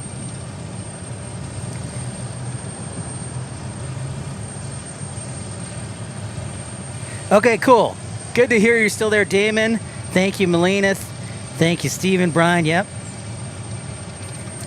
So maybe I need to drive up to Marana today, and just show you it real quick, or next week. We'll see. I'm just glad I got my car work done yesterday.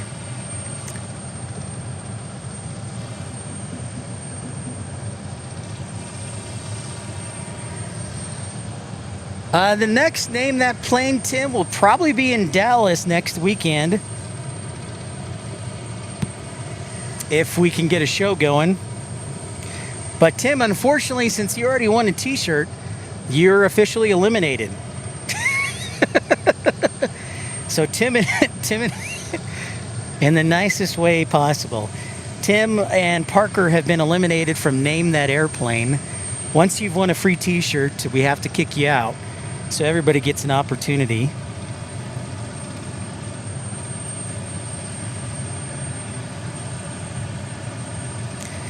They absolutely did want the aircraft, Andrew. In my personal opinion, Andrew, that's exactly why they wanted the aircraft. But I'm just one guy, and that's just one opinion. So I've got friends who, lost their job last week, so I certainly don't want to be too calloused. But just my 2 cents. Why is that guy going that way? You know what? That Gulfstream may be the plane that is going down to Alpha 17 for the GPU, because normally, and a plane like that would go straight to the FBOs, which are actually on the north side of the airport. But this guy looks like he's headed southeast, which is towards Alpha 17. Oh, and we got a couple more F-16s coming back in. Let's see if I can track him down.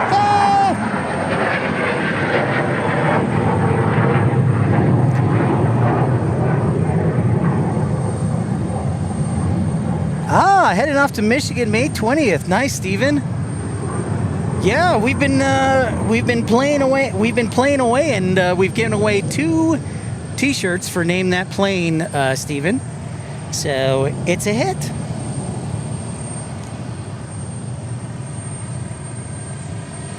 So yeah, we will, Tim, if we can get a show going next when we're in Dallas this upcoming weekend, we will play Name That Plane.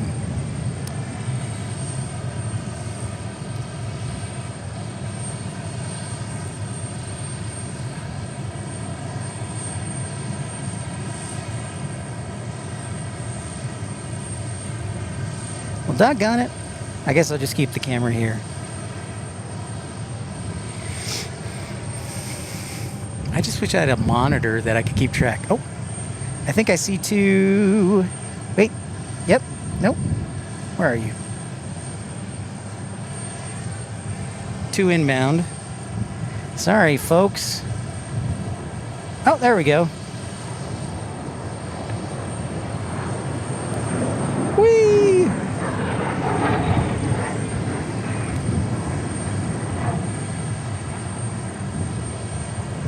That was, I give that 3 out of 3.5 stars for that camera work. Stephen Likens is going from Jacksonville, Chicago. Ooh, Traverse City in the summertime. That's a winner right there, Stephen. That's a great idea. And Booyakacha, I'm actually parking lot. I'm close to the terminal. I'm still waiting for the winds to change, but sadly, I have not been successful. Sin says, I sometimes see them best at Savannah when they're landing. There you go, Tim. Everyone win a free t-shirt. And it's marketing. It's good marketing. I'm a bit of a guerrilla marketer myself.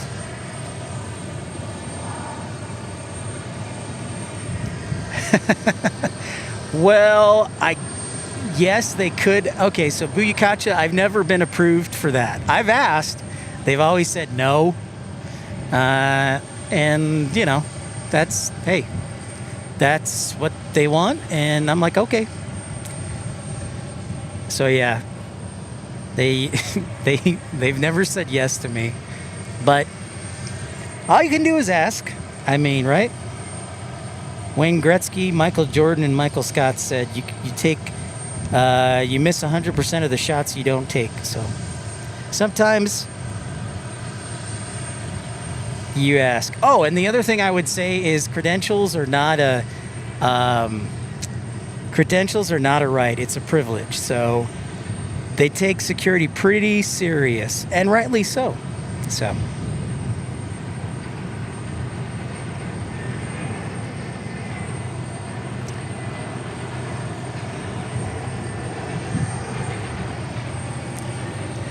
Belina says, Savannah is my destination airport when visiting family in South Carolina. Next trip is June 30th. I love Savannah Hilton Head Airport. I have not been, of course, in SynVision. I mentioned that before, but we are broadcasting. We want to broadcast in Savannah because I've always wanted to see the Gulf Streams out of there.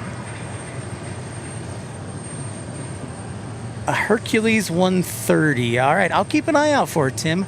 Right now, where we're at, my truck is blocking the view of Davis-Monthan.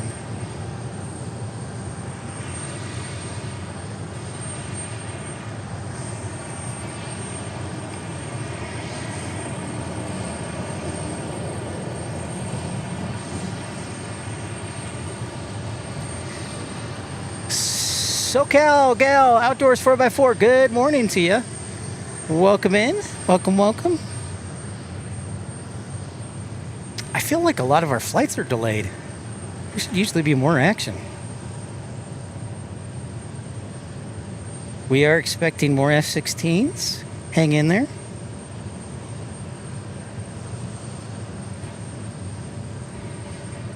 Oh, you know what? That G280 was, looks like it was a test flight from up there in Mesa.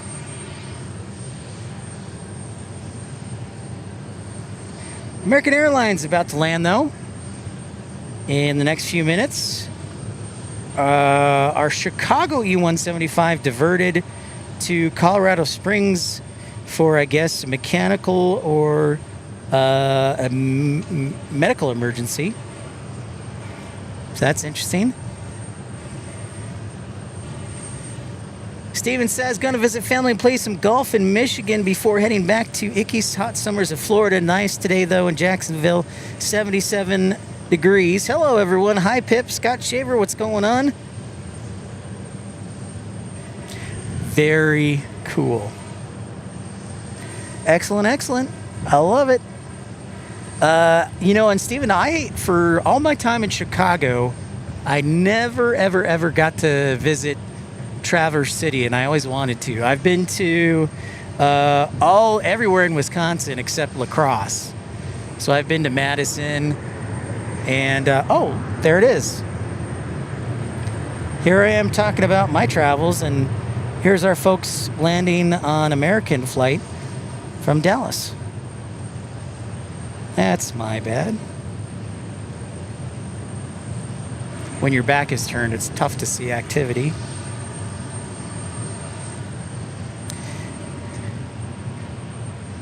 Bill Matt says, my first 707 flight, we boarded near those west hangars, 1966. Terminal on the east side wasn't finished yet. Wow. That's awesome, Bill. Yeah, things have definitely changed around here, for sure. Thank you for sharing, Bill, and welcome in. Nice to have you aboard. Great to meet you. JP Mack, what's going on from down under? He says, always enjoy your streams, watching from New Zealand. Looking forward to being in the U.S. in late June. Oh, nice, JP Mac. Well, that's fantastic. Where are we going to be headed, JP Mac?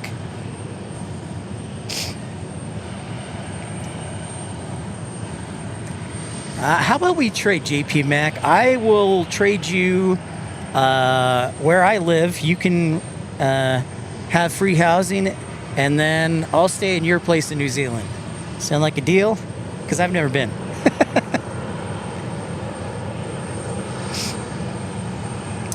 I know, Steven. I know. Yeah, Michigan is definitely on the to-do list. In fact, Traverse City's airport is fairly busy in the summertime, so much so that I've considered if I'm ever up there doing a live stream, because they do have a good bit of activity in the summertime.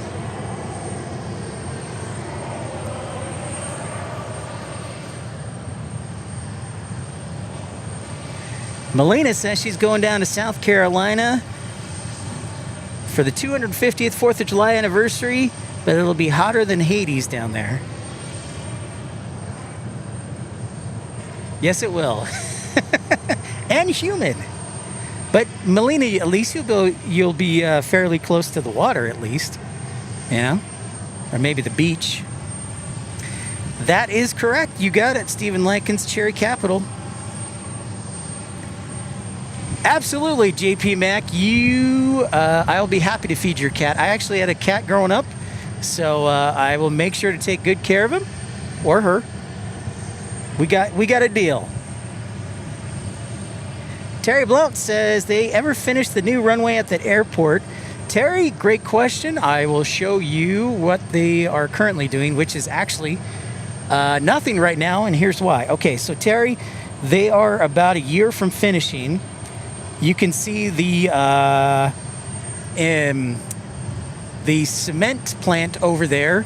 So they have it on. What is cool, and it's smart on the contractor's part, that cement plant is on the airport property, so it's easy for them to make cement, much easier than having a truck in cement trucks from all over.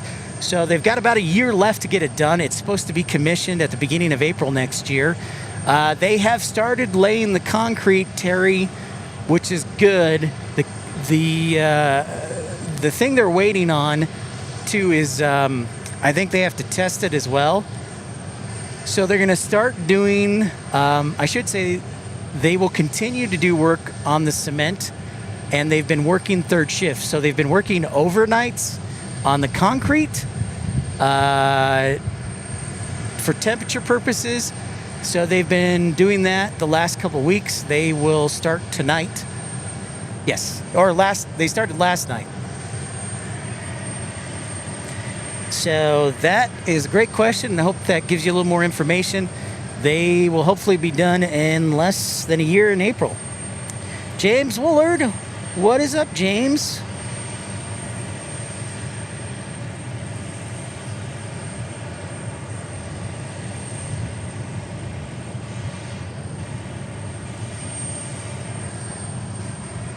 So yeah, they are working tonight.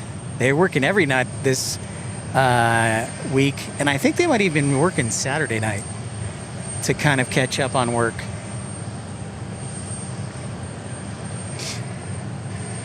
You would think that the runway is an easy process.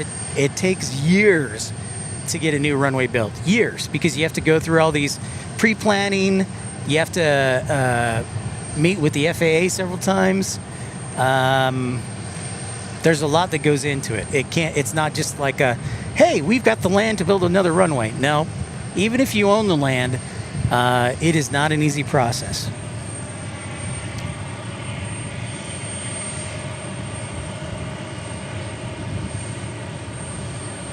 Welcome back, Dan Reeves. Trucker Norm, I didn't know you were from there.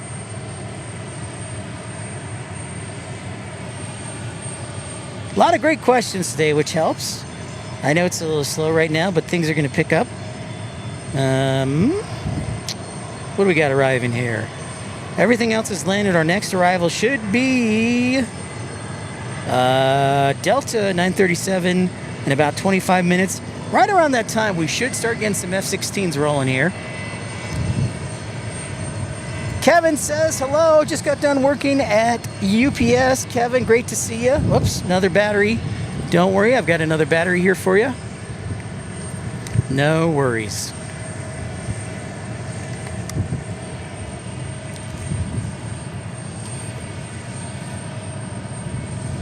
Thank you, Tyson, for the alert on that.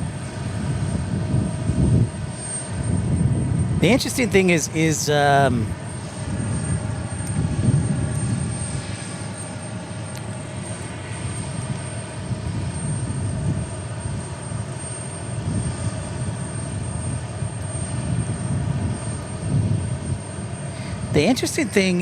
like Davis-Monthan is only 10 minutes away.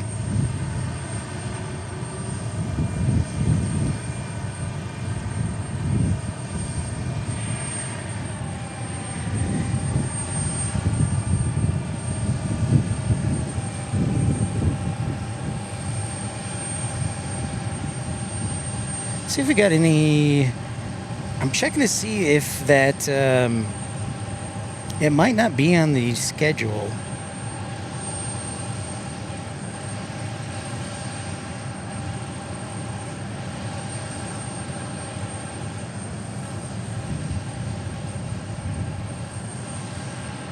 I was looking to see if that Tucson Jet Center GPU was going to power a big plane that's coming in, but I don't see anything on flight radar as of yet.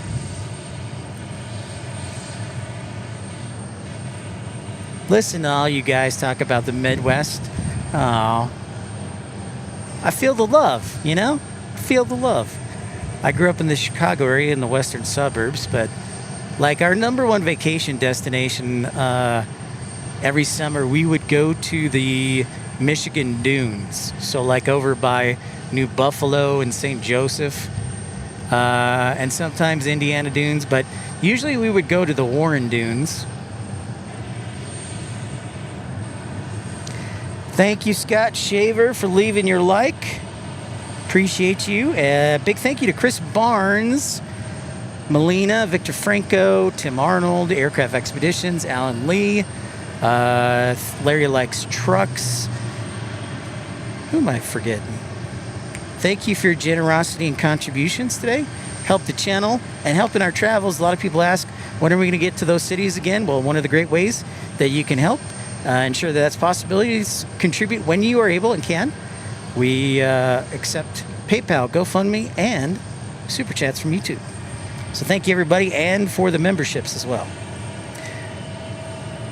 Grumpy says, dunes is dunes. It's true.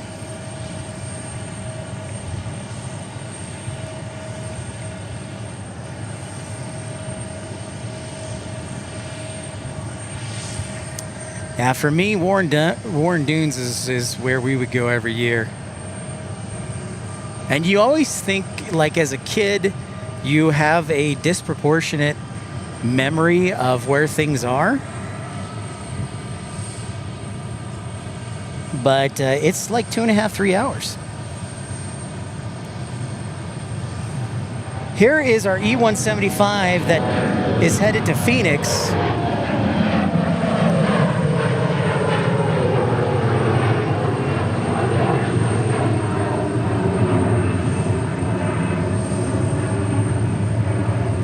It's been hanging down there for a while.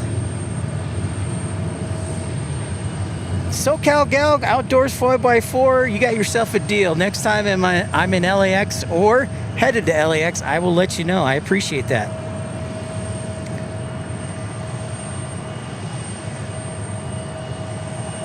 I'll have to check that out, Tim. It's true. If you go to the Indiana Dunes, you got a nice view. Sometimes you got a good view of downtown Chicago, Andrew, or you get the steel mill in Gary.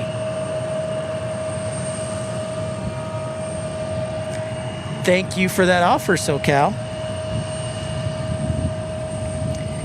Believe this Delta connection's going back to LAX. Great to have you back, Grumpy.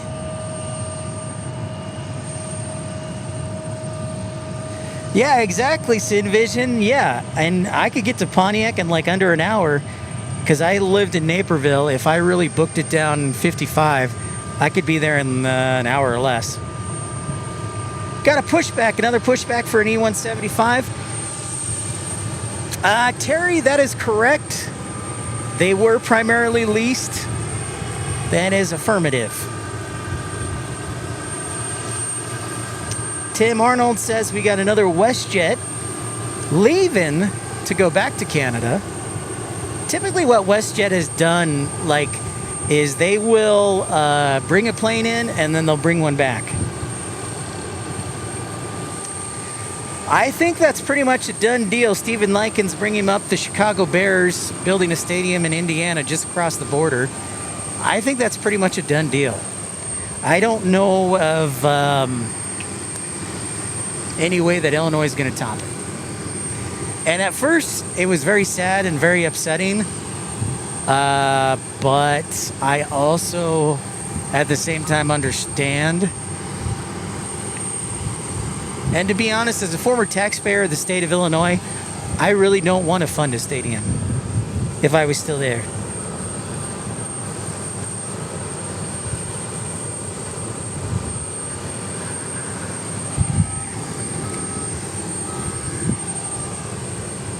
But that's just my 2 cents.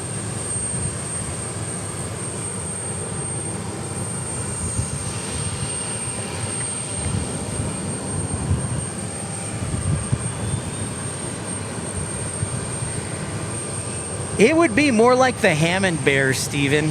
Not the Gary Bears, the Hammond Bears. I think it's technically the land is in Hammond, Indiana.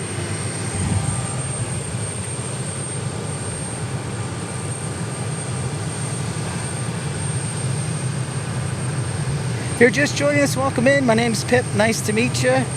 Thanks for being part of the action. Don't forget to subscribe and like. It's free. We will be broadcasting hopefully this weekend, making our journey back to Dallas. Last time we were in Dallas was in November.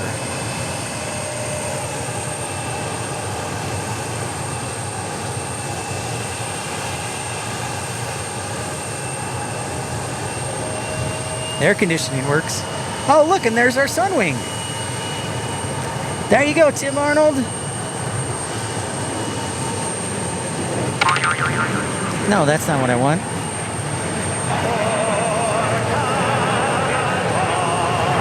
There we go. That's what I want. Yeah, Scott Shaver, I fly back Saturday evening and flight 584 to DFW direct.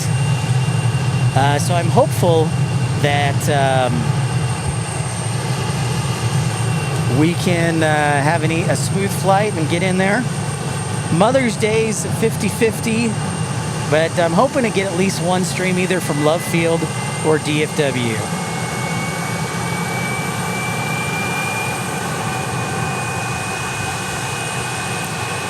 Victor Franco asked, what is the temperature in Tucson right now? It is very pleasant. Otherwise, I wouldn't be out here. So current temperature, Victor, is... Stand by.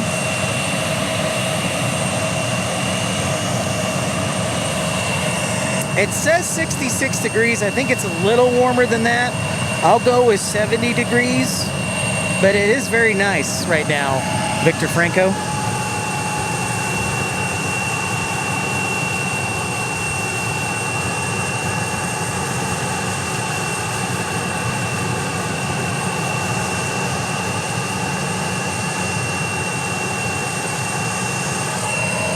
So yeah, it's a really good day. This was probably going to be our last day, I'm thinking, Victor, unless we get a cold front coming through or a lot of cloud cover.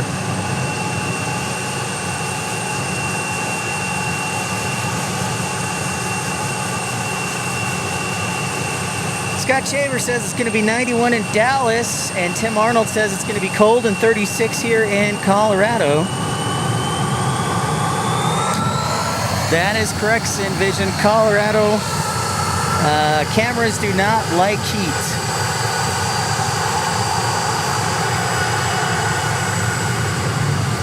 Cameras definitely do not like heat, and pips do not like heat either.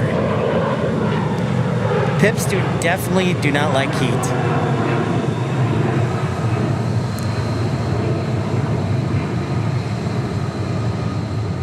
So we're going back to LAX with that one.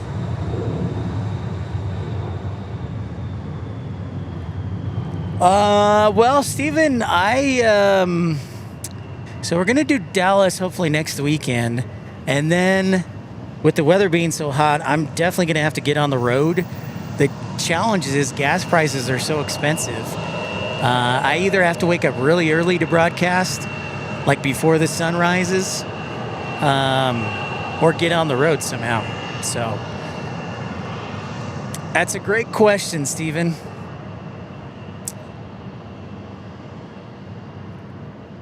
We'll see what Southwest has to offer as far as flights.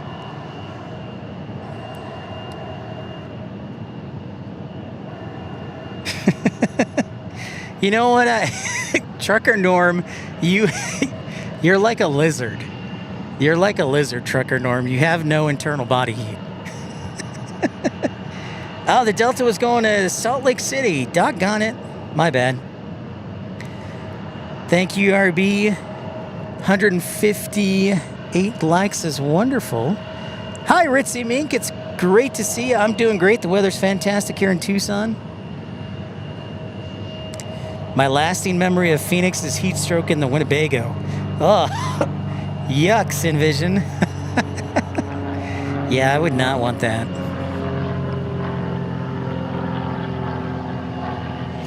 So I'll have to look for some place that has like, if it's going to be hot, has a parking garage for shade.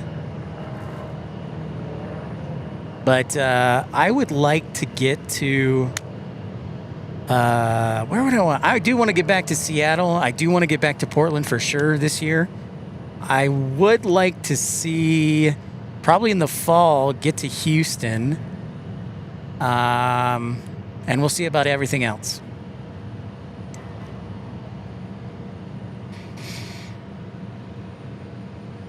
Yeah, gas is nuts. I saw it, Steven, the gas station by my house is $4.69.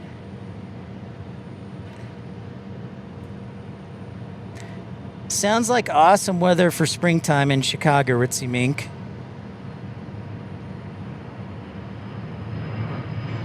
Yep, SoCal Gal. I paid $6.19 last week in Carlsbad. I paid $6.19 in Carlsbad last week. So that is the most I've ever paid in my life. I think Sunwing should be next.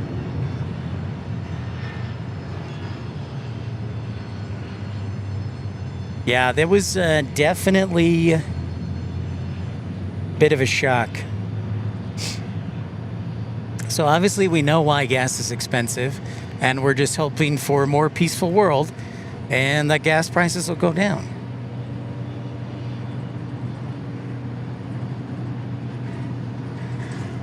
I'll put it to you this way. When I did my calculations, because I try and keep track of all my expenses when I travel for tax purposes, I paid about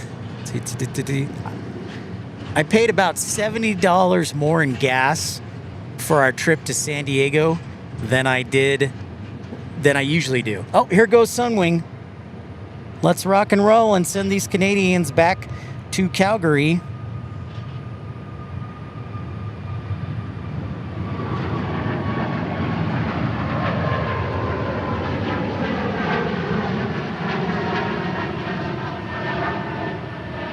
Victor Franco says, I see that airlines are starting to add fuel surcharges. Just bought tickets to Charlotte and JFK. Yep. That sounds right. That's about right. Goodbye to our friendly Canadians. So that's pretty cool. We had 2 different liveries for WestJet. Sunwing Dash Max 8s. So pretty cool stuff there.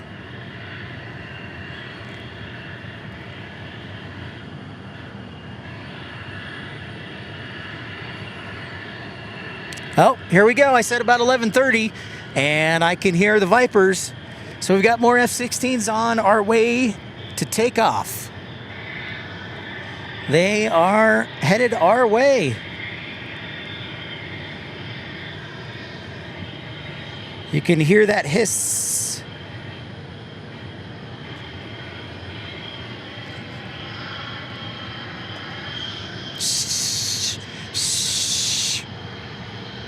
That was a really bad impersonation of an F-16.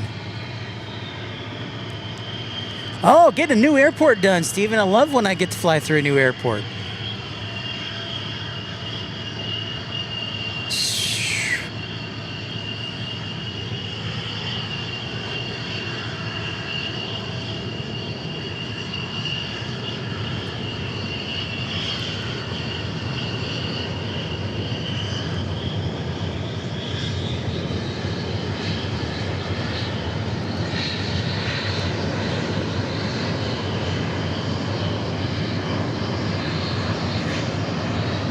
Welcome back, Lynn Christie.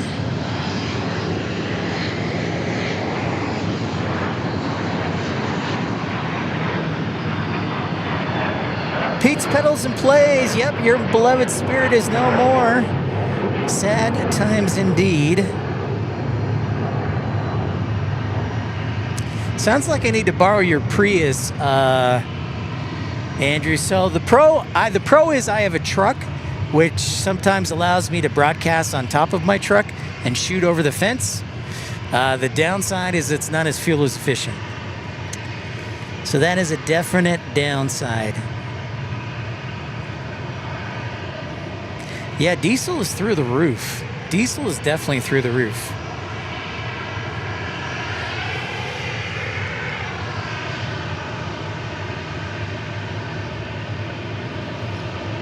I felt really bad paying that much, and then I saw diesel prices, and I thought of the truckers, and I was like, "Ugh."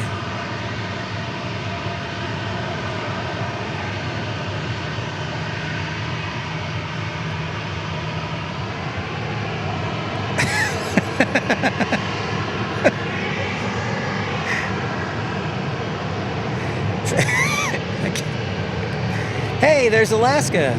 Alaska, there she be. Welcome in from Seattle.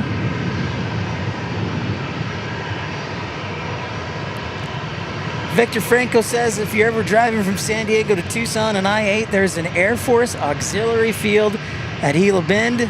Great plane spotting, downside, no shade. I know, oh, you know what, Victor? I know exactly what you're talking about. I remember one day I was driving along I-8 near Gila Bend, and I could see in the distance a facility. So I think I know exactly where you're at. Steve Carla says, check out the YouTube channel outside the flight deck. He's been reviewing airports and museums in Arizona for the last few months. Nice. Thank you, Steve. What's going on, Hyro? Trucker Norm says, $524 for diesel and I drive a rig. Nothing like spending $600 a day. Oh my gosh, Trucker Norm. Ridiculous. Yeah. I hear you. I'm there with you, man. Ride with Ben says an A319 is on final. Meanwhile, we've got United Express taking off. I got to keep track of all the action here. Still have not switched to the north runway. Or the runway 12, excuse me.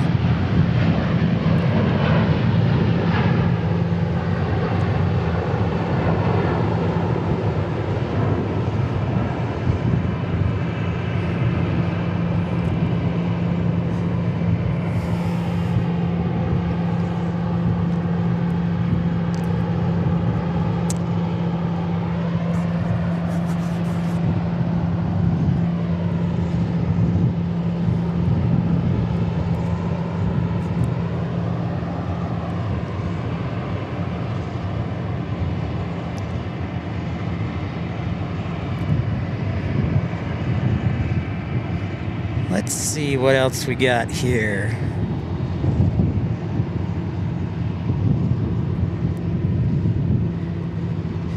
So we got Vipers, we got the A319. Where is it? I can't find it. I don't see it. My vision is definitely off today.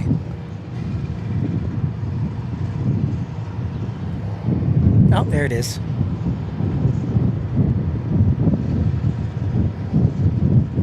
Apologies on my bad vision today. I made a predictive bet on the winds, and they have not changed as of yet. It's like a pro and con situation because it's actually keeping things cool.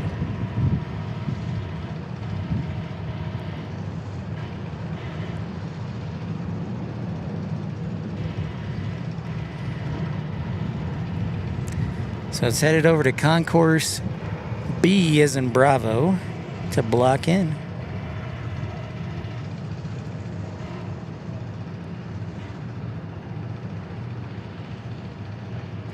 Okay, let's keep track of everything here, Pipster. We've got Southwest 4598, a 737-700 headed to Denver. Southwest 3082, a 737-800 headed to Midway. We also have two F-16s waiting to take off. Tyson Price, how many fingers am I holding up? The answer is 4. That would be the correct answer. I do hear some more Vipers, I believe, headed our way.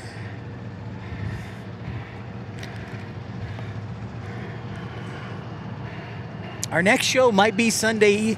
I don't know. It is Mother's Day, so I'm going to ask the plans that my lovely mother would like. But we're hoping Monday or Tuesday for sure, at least one show. Potentially 2.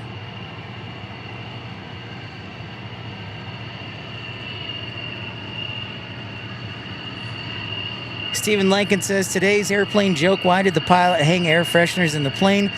To help with descent. You know what? I'll give it up for that. I'll give it up.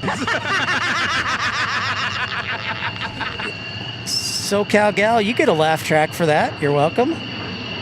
That was a solid joke right there.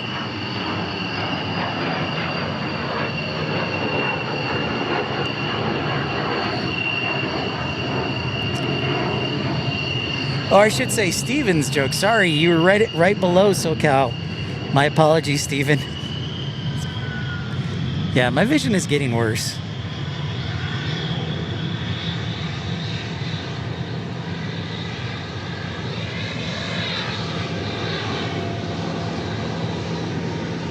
Thank you, Steven, for that joke.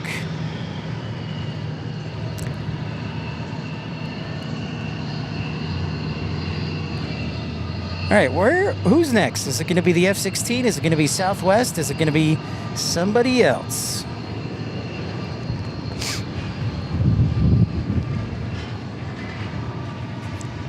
I'm not going to lie, Andrew. Clouds make everything better. Oh, nice Gulfstream inbound. Nice paint scheme on this beauty.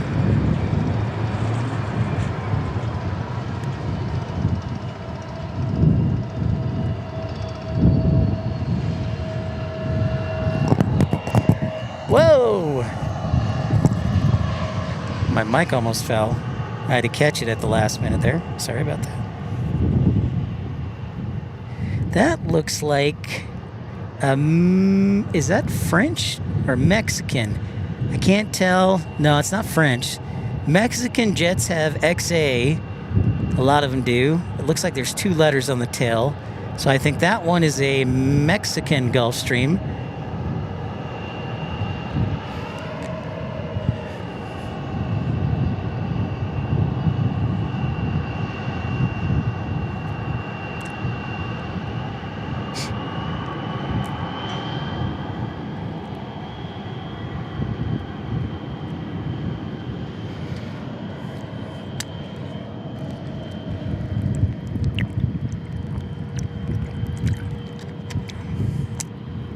Thank you, Dan Reeves. I did see that video, Victor Franco, And actually, one of the flight dispatchers helped coordinate that, so kudos to the entire crew, including the flight dispatcher, Dylan. Shout out to him. It almost dropped and almost mic dropped. That's right, Tyson. This looks like Delta Airlines 937 from Atlanta.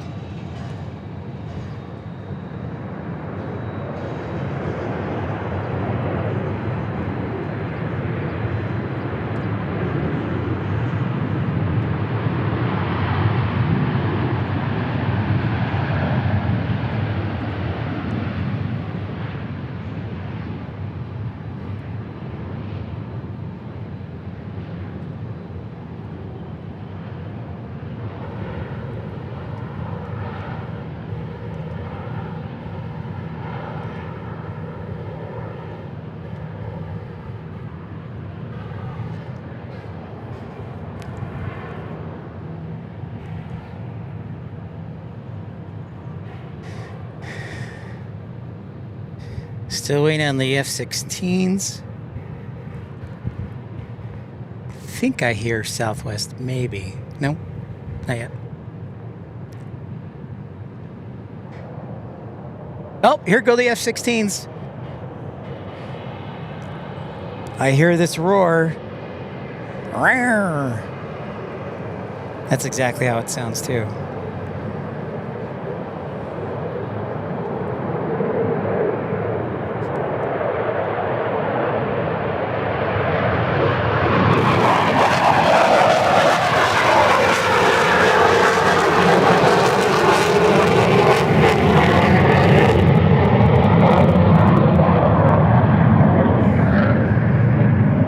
Oh, there it is. I was like, come on, man.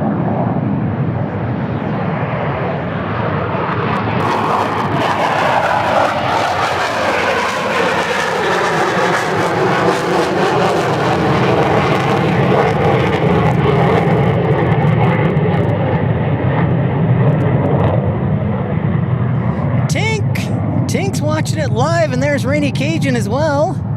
What up, Tink? Good timing, sir. Don Rumsey, I saw a post, not sure if the validity that Nashville was closing down its observation area. I have heard that several times.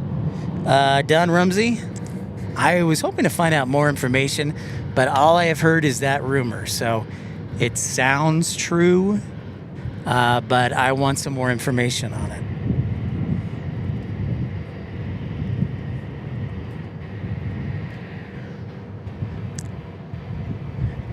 Here comes another one. Oh my gosh, look at that. Amazing. Oh, wait, no, sorry. Just a 172.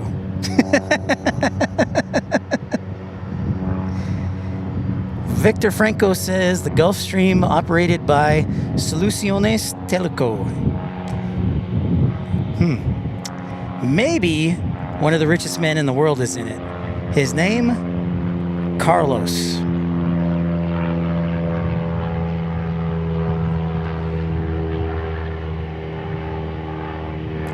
You quit wearing your watch on the plane, Steven says? Interesting.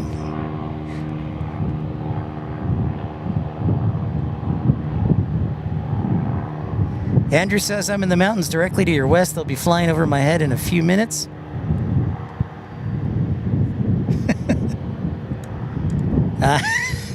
My apologies, SoCal girl.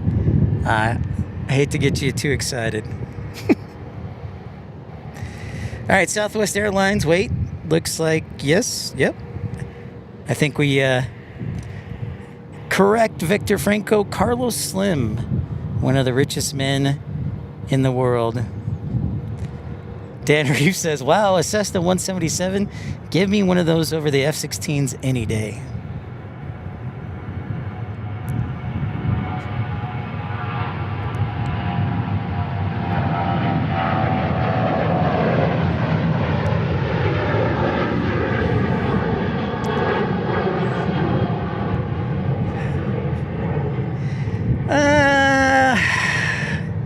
know, Steven, you get an A for effort, but I really liked your other joke better.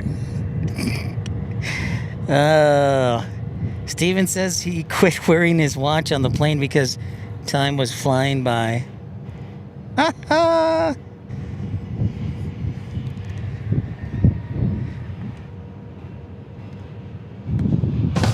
You'll get a, there you go, you get a rim shot for that, Steven. Jane, what's going on? Good morning to you.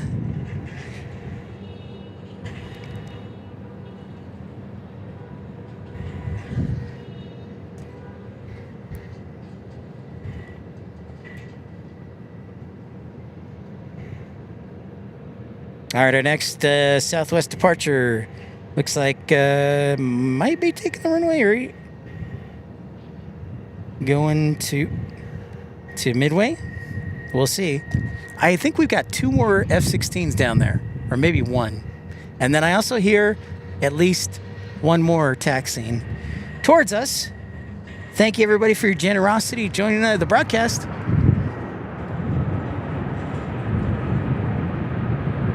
Oh, and here comes the Southwest just landing. I did not see this one.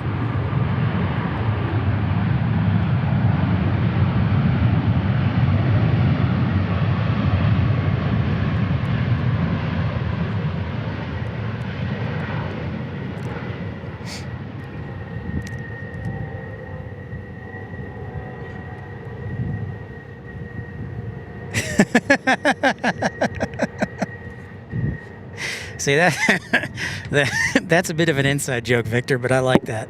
So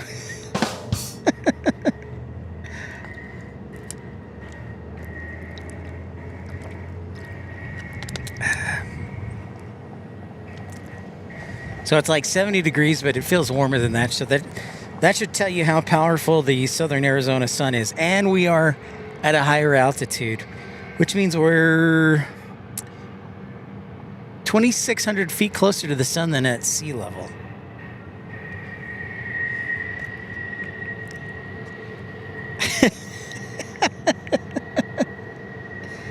Steven, you know, sometimes you hit a home run and other times you ground into a double play there. All right, here we go, going to Chicago Midway. This one I know is Flight 3082.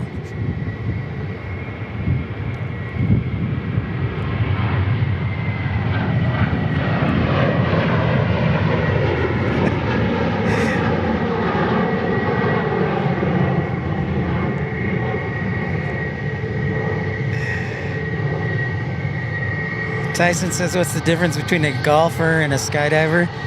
The golfer goes whack and then says dang. The skydiver says dang and then whack.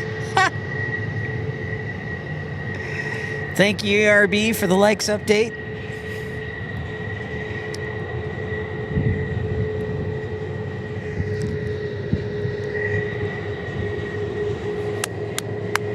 All right.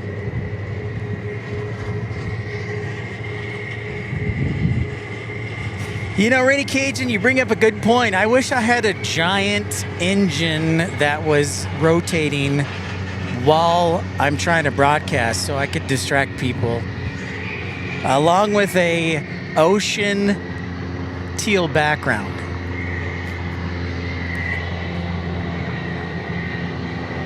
There's our Vipers. Sounds good, ERB. We'll see you later. Thank you so much for your help.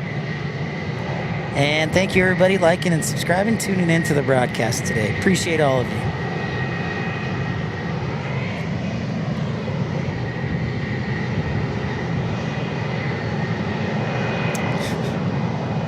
Rainy Cajun, I'm not... You started that. You started it, Rainy Cajun.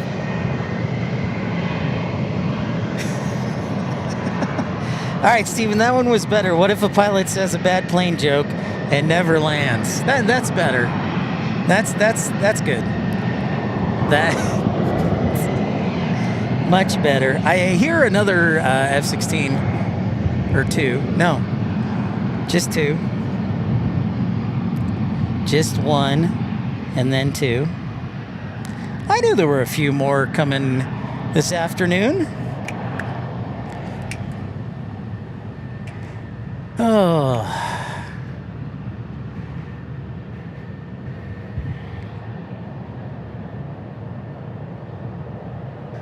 Here we go, more F-16s.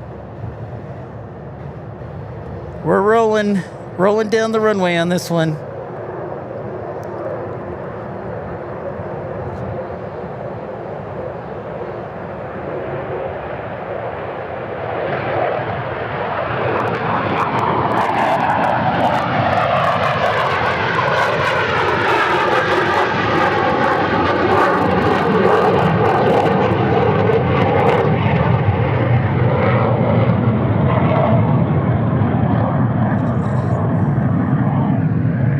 Just a single departure there.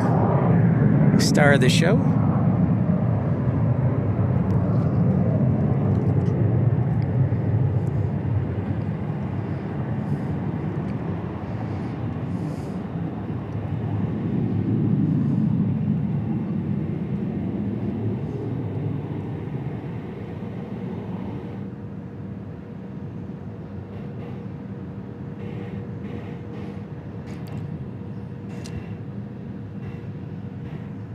Ah, the cells area, yeah. It's amazing how fast they get down there and back, Andrew. For just joining us on this busy Tuesday, thank you so much for liking and subscribing, being a part of the action. Pip's Plane Spotting Live. Nice to meet everybody.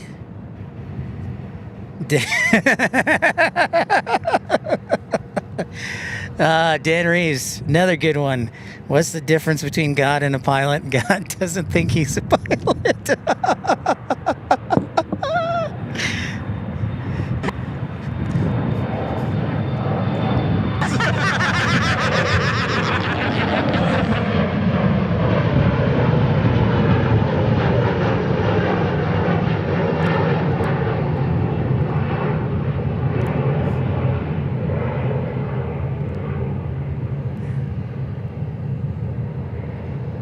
Delta connection.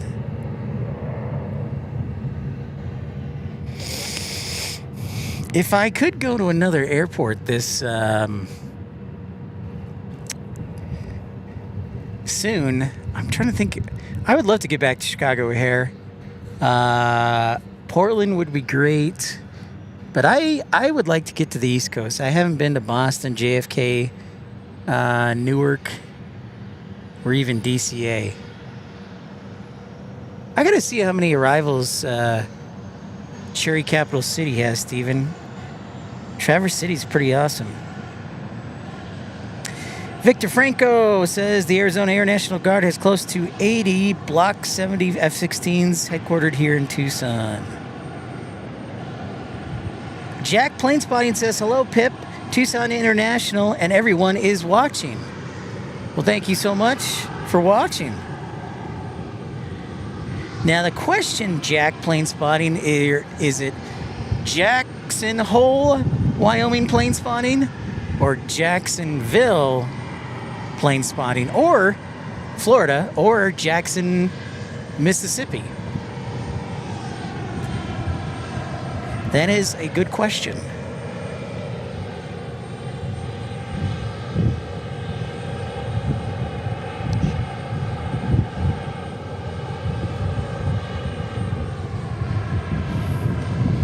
From Toronto. Jack Plane Spotting is in Toronto. Well, awesome. Well, we might as well say welcome in to you. No, not that. Sorry. Sound. Here we go. Friendly Canadian welcome. Right on, Jack Plane Spotting. We're thrilled to have you. Oh, your initials, and you're from Toronto, even better. Now, see, Toronto, there's a place I want to go.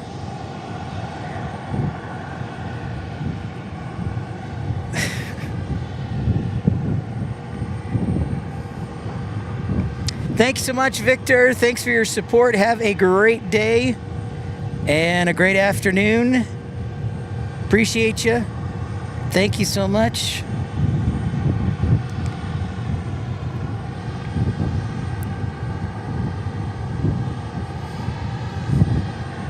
I am texting a coworker and seeing if there's something special coming in.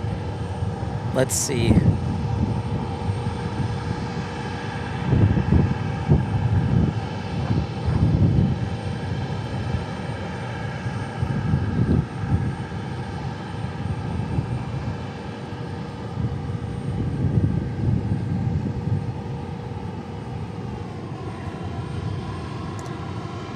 You are welcome, Jack Plane Spotting. All right, here is the question, Jack Plane Spotting.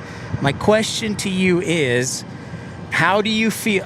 First off, are you a fan of the Maple Leafs? And two, if so, how do you feel about the new general manager and Mats Sundin coming back? That was an interesting press conference yesterday.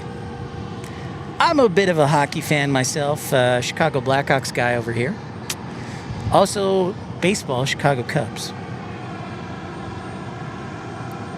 Only 14 arrivals at Traverse City for now, Steven. Yeah, that's not a lot, but I have a feeling it'll heat up for sure during the summertime. Yeah, for sure.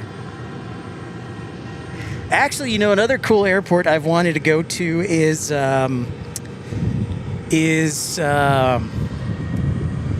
very much a seasonal airport is, why can't I think of it? Martha's Vineyard. I wanted to go plane spot at Martha's Vineyard during the summertime. There's probably a ton of action.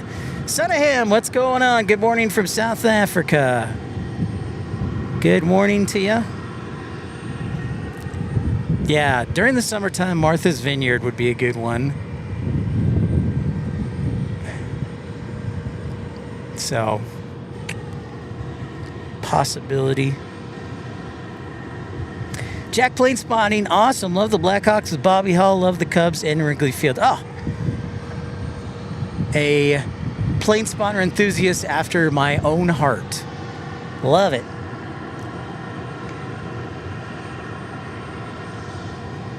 Oh, wow. SoCal Gal says, Pip, friend of the family, passed away last week. I have her Chicago Blackhawks clothes. I am a Los Angeles Kings fan since a kid. Oh, boy. You know, I still have...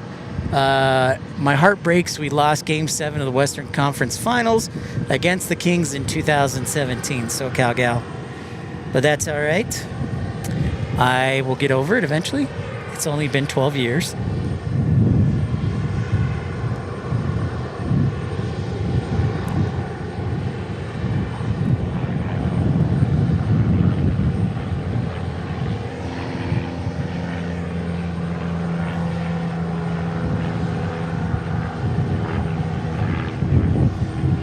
Parker asked a great question. Does cargo, sorry, let me reword that, Parker.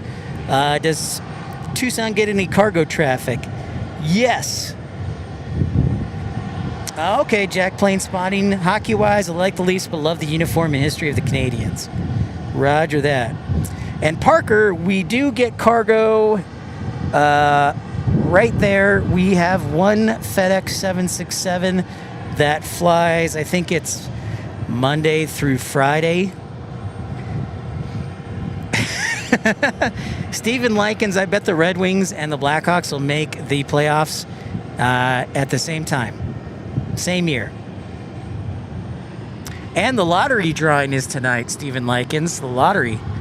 But yeah, Parker, we get one FedEx daily. It usually comes in at around 4:45, 5 o'clock in the morning.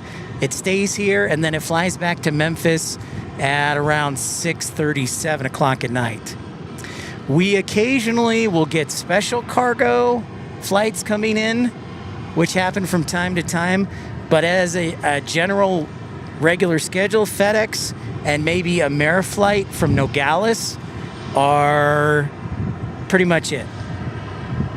Chase, good to see you, dude. How's it going?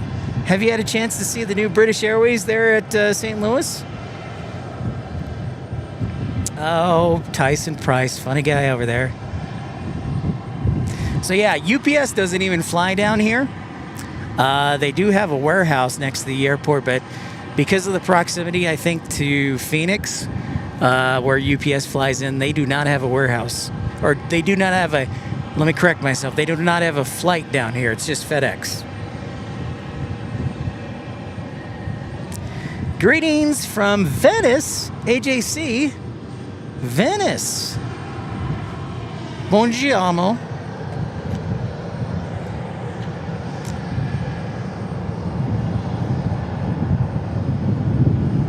I think Oh, yep, more F-16s. Here we go.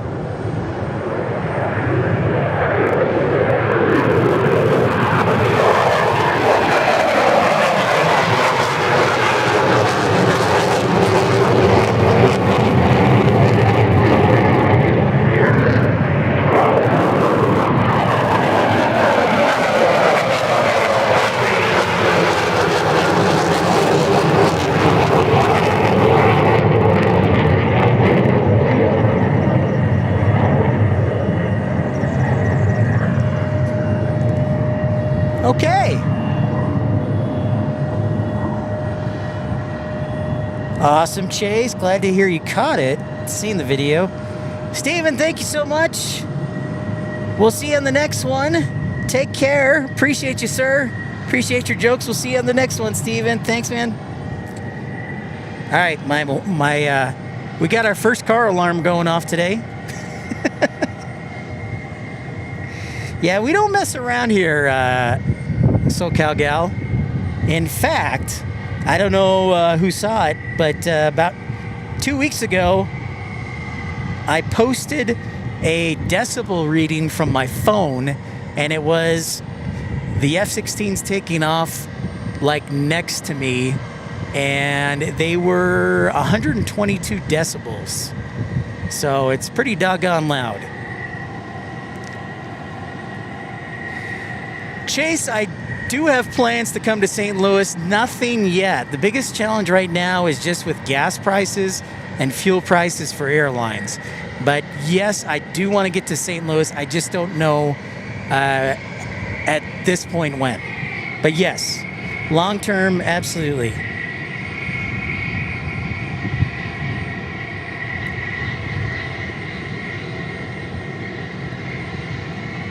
Yeah, exactly. You know, Jack Plane Spotting, I was thinking about John Chaika, and I watched 3 different interviews with him, and I can tell you right now from his body language, he definitely feels like he has a lot on his plate.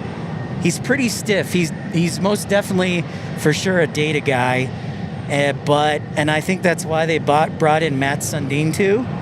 But you know, I don't know. I know, what I do know is, like, I felt like he could have said, you know what, I made a mistake in Phoenix. There were a lot of things going on that doesn't excuse it, but I own up to it. But he didn't say that. I did not hear that at all. So, I don't know. We'll see. Oh, Venezuela, AJC. Venezuela. Well, in that case, bienvenidos. Richard says, with the cost of jet fuel and airlines looking to cut costs, has there been any discussion of flights being scaled back in Tucson, at least during the summer months? I have not heard anything as of yet, Richard. The funny thing that you mentioned, Tucson usually scales back around this time for flights because while most of the rest of the country is increasing flights, because Tucson gets so hot in the summertime, people don't usually visit it. So it's actually our slow season in Tucson. So you will see a lot of seasonal routes going away here in the next week or two. But as far as total cutbacks, Richard, I have not seen anything yet. I have not heard anything yet. Officially, I heard one rumor, and I haven't confirmed it, that Frontier might be leaving Tucson, but that is just a rumor. But it's kind of ironic now that all the gas prices are going way high. Our slow season is coming up to begin with. So we'll see what happens in the fall and in the winter. Great question, Richard. Caleb, what's going on? Yes, definitely go Canes. They're up 2-0, Caleb. 2-0 series lead over the Flyers. Thank you, SoCal Gal. I do try and protect the ears. In fact, when I have my headphones on, I turn the volume on the headphones way down so I really can't hear anything. So hopefully that helps a little bit. We actually did a reading one day of from this point, the decibel on the F-16s were about 105 decibels from here. And speaking of the F-16s, Tyson, have a great day. Have a good one, Tyson. We'll see you again. I hear some more F-16s taxiing down. Jack Plane Spotting asks, in the summer, how much warmer is Tucson and Phoenix? Well, actually, Tucson is a few degrees cooler than Phoenix usually. Funny, you should mention it.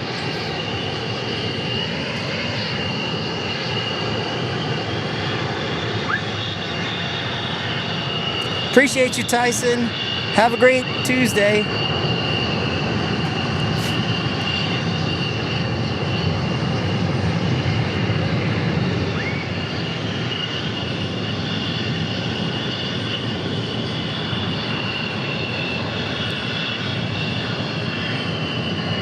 Oh, look, a SkyWest landing.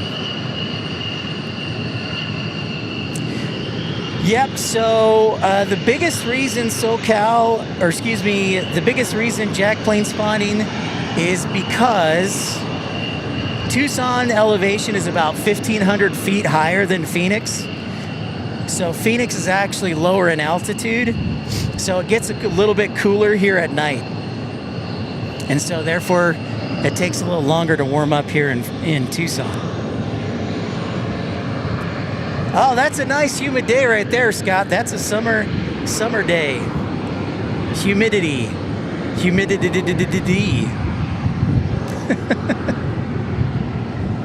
Stone Saguaro, hello from Sierra Vista. Those F-16s like to come to FHU for training, so it's to Fort Huachuca.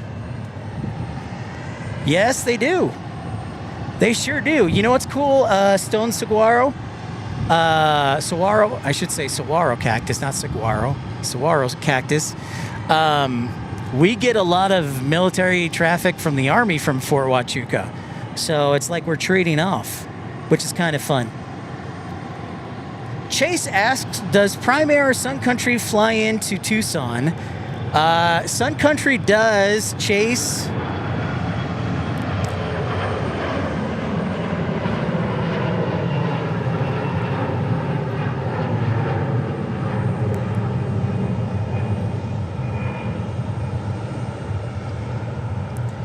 Sun Country does seasonal flights from Minneapolis, Chase, but we do not get any Prime Air flights into Tucson.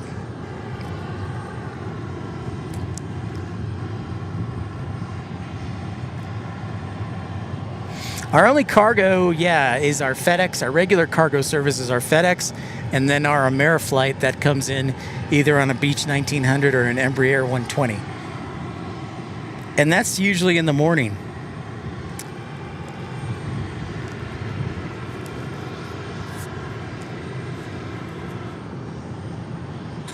America West, of course, SoCal Gal.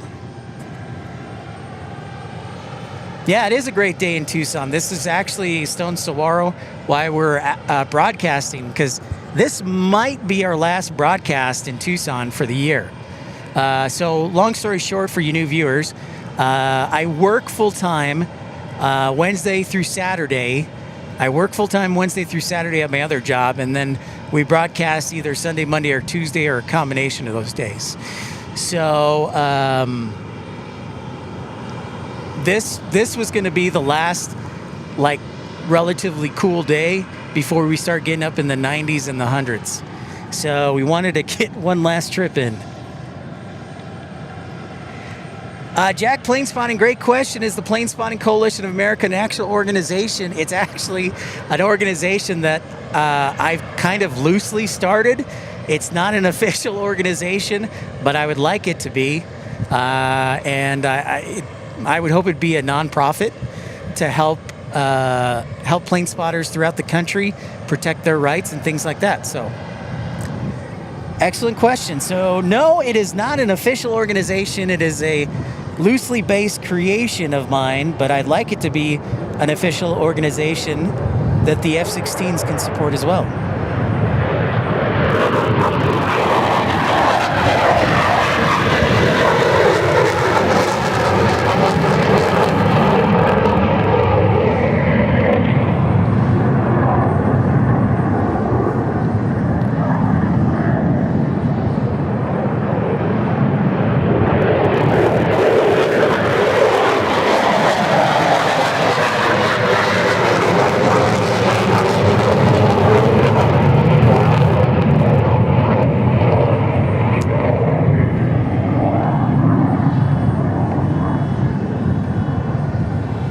there's our second car alarm going off for the day.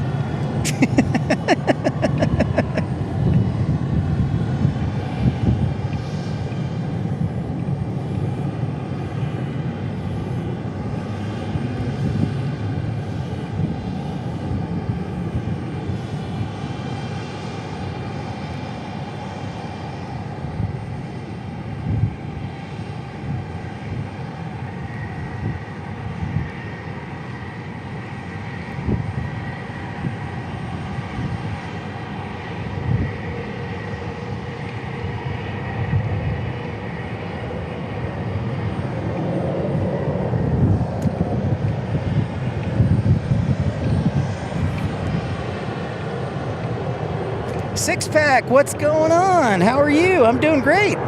It's great to see you.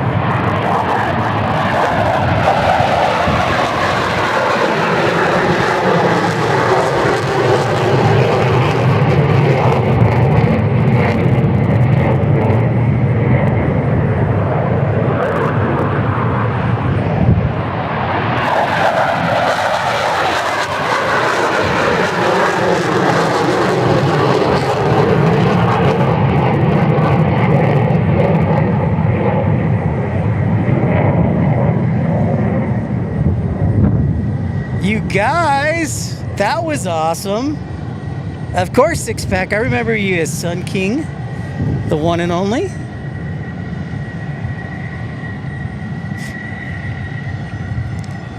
Fighter jet observation mode. I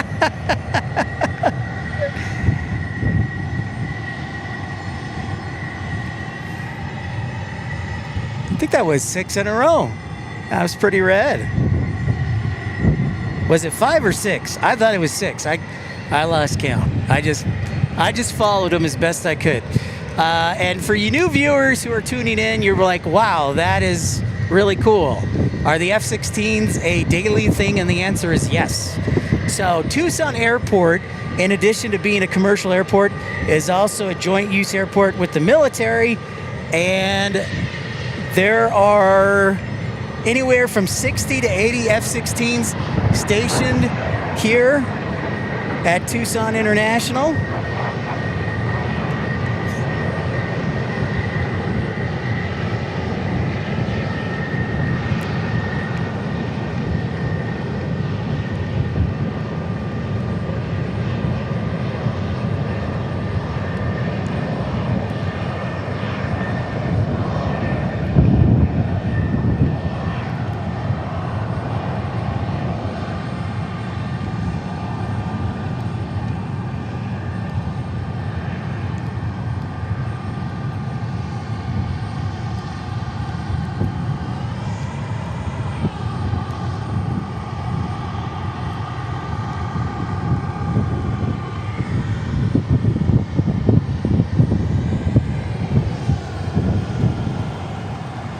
Stone Saguaro says, Tucson is such a great airport to fly from. Well, I'm glad you think so.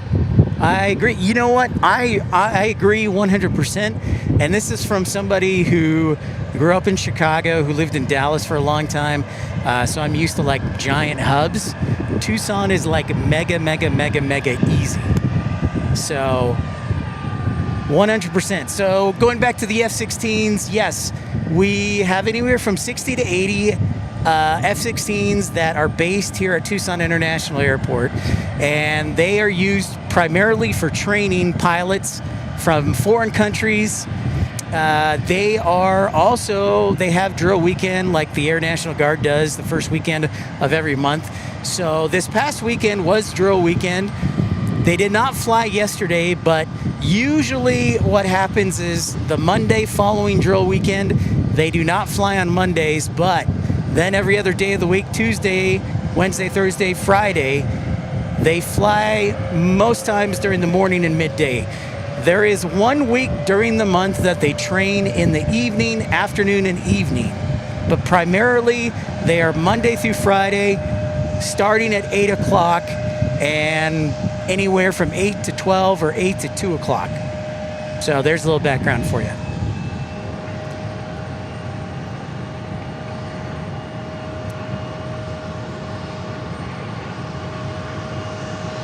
You know, Jack Plane Spotting, I don't know. I'm trying to work with St. Louis. Oh, what is this? When did this guy show up? What is this?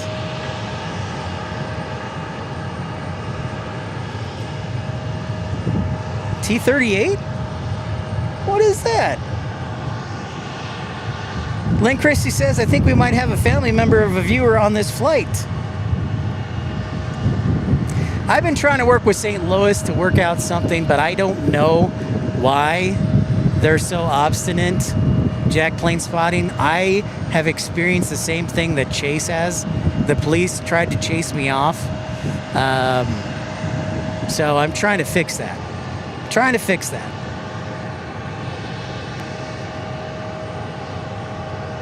That MiG-28 Top Gun. It is a T-38. All right, cool. I was like, that guy just snuck in here. Next arrival, American 2927. Yes? Or no? It's taking off to DFW. And then we have Delta 326 from Seattle on an A220-100.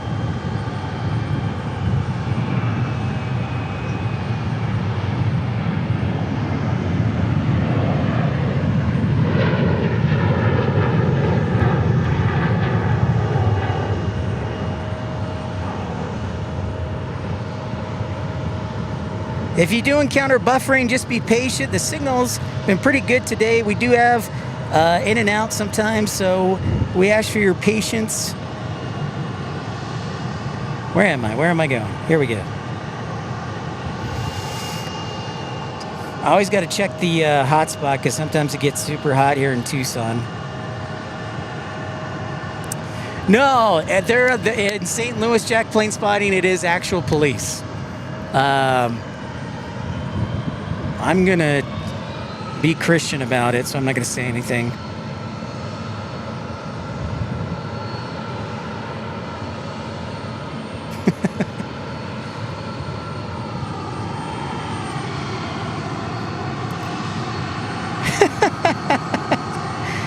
Parker, that's not a bad idea. Buy all the old CRJs parked over there and turn them into Pip Force 1. I like it.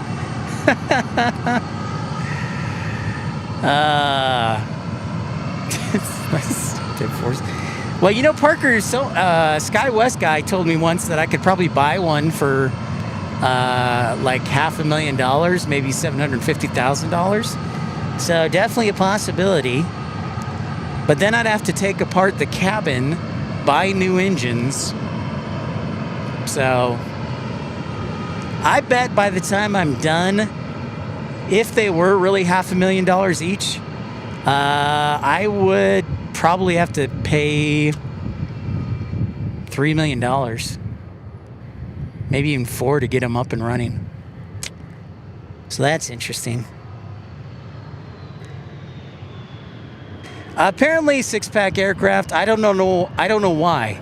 Now, Boeing has their F-18 plant in St. Louis, so I guess you could say that Boeing. I don't know if they do, but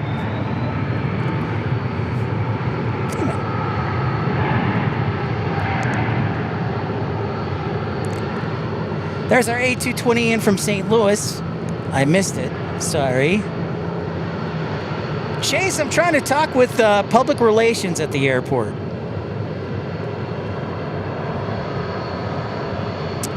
$199 likes. Thanks so much, Lynn, for the update. Appreciate everybody hitting that thumbs up, liking, and subscribing.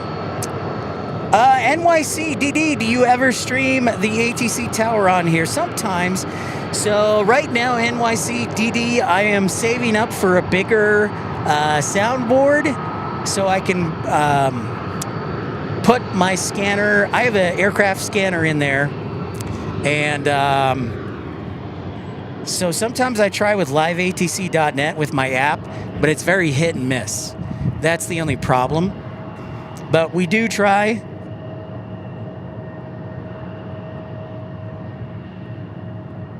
Indeed, Andrew, maintaining the airplane is the expensive part. Yep. With fuel, maintenance, everything. You got it, man. I think I hear some more F-16s. Hello, hello.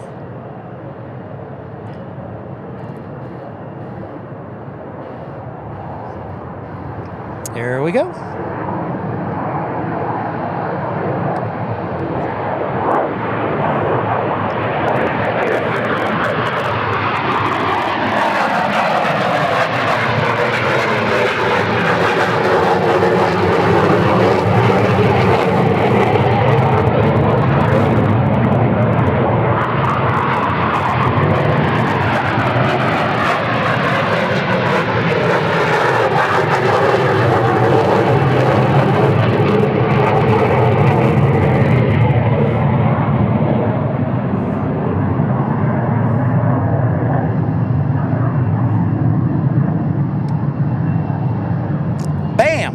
All right. Rock and roll, baby.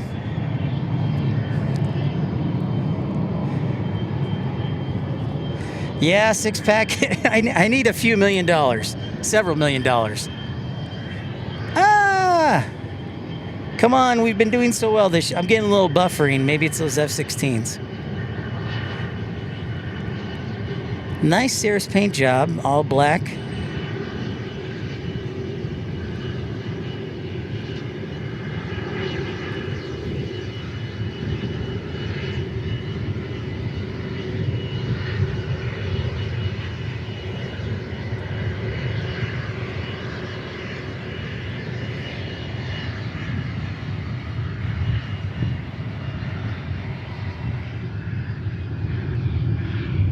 It's a nice Cirrus paint job. I like the all black.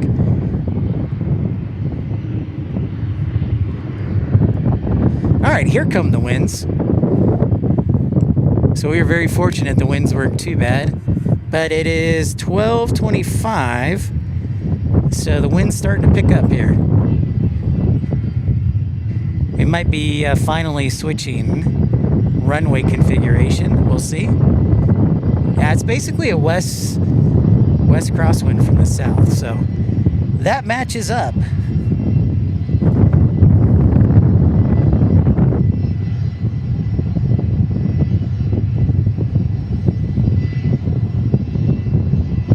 No, definitely not the best paint scheme, that's for sure, Andrew. Yeah, and black paint is way heavier. Oh, holy cow. There we go. Yeah. Here's the wind we were talking about.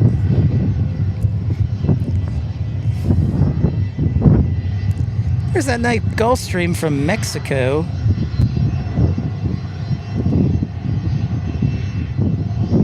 Maybe a Sprinter as an ops truck.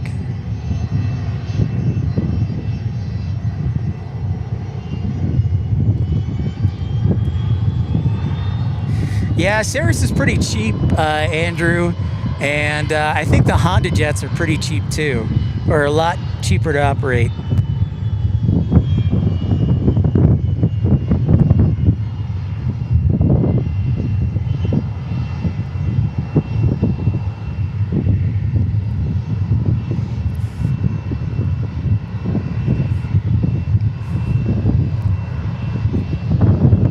Single pilot too.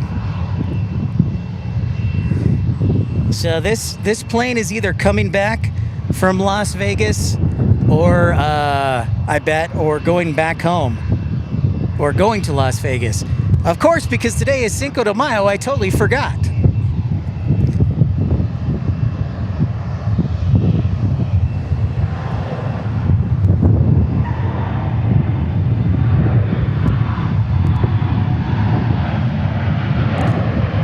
I totally forgot.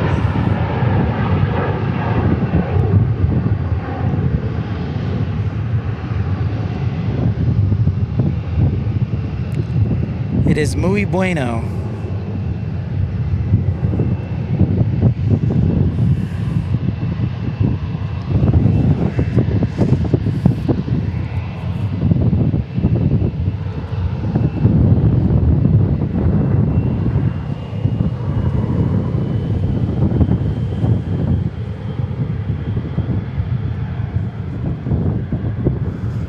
Local time, by the way, is 12:26.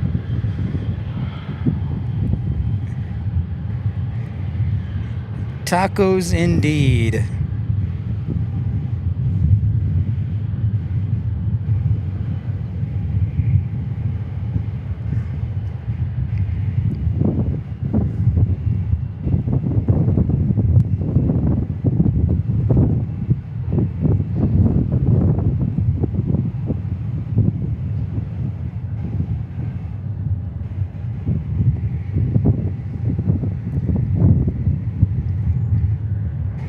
For lots of tacos.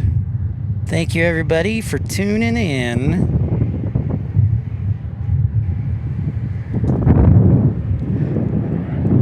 Our next show will be either Sunday, Monday, or Tuesday in Dallas. Knock on wood.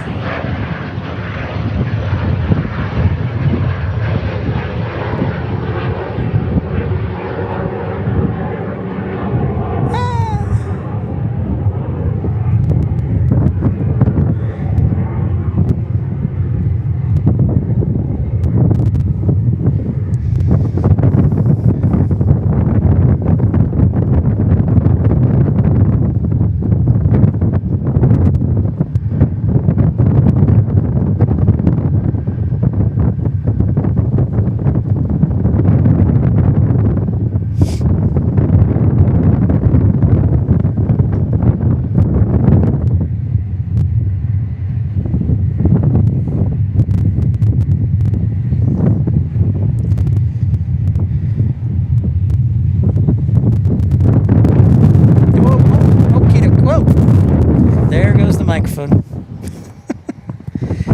At some point, I knew it was gonna. It is really windy. We're waiting for the wind to kick up. I'm just grateful it didn't kick up till now, because it's really starting to get blustery.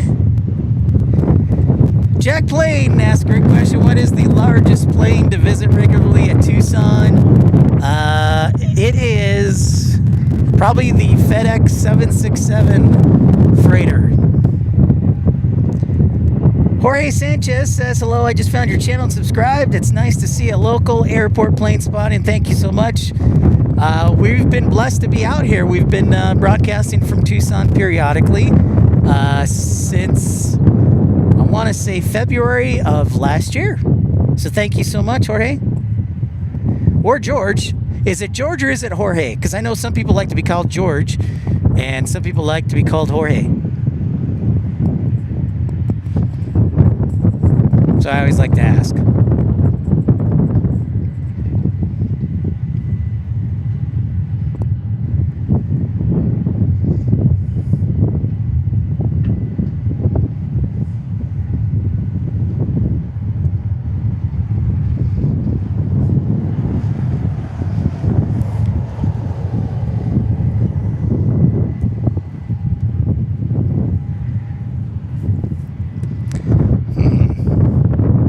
About what I'm going to do for lunch.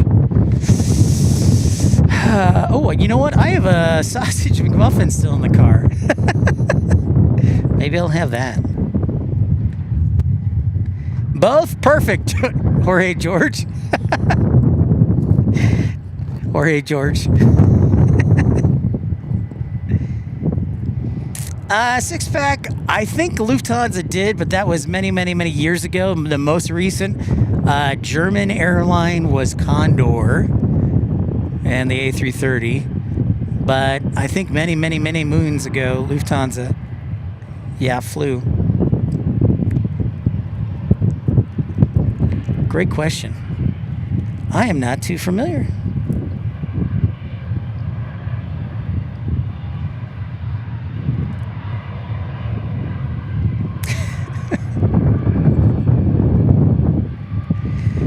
You're talking about whose comments?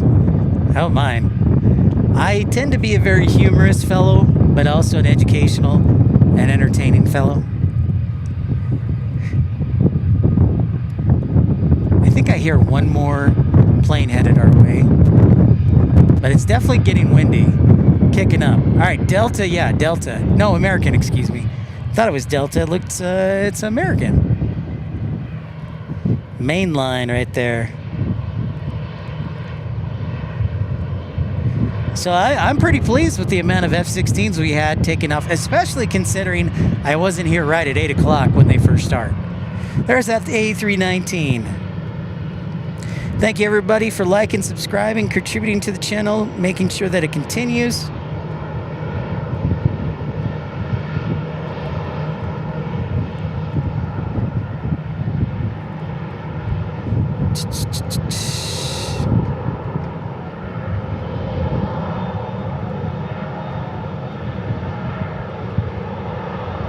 Scott Kuiper tuning in. What is up, Scott Kuiper? Oh my gosh, JP Mac, generous by gifting a membership. Thank you so much. I want to think about dropping him a thank you note. Congratulations to Tom. Thank you so much, JP Mac. Gulfstream. Adios, muchacho.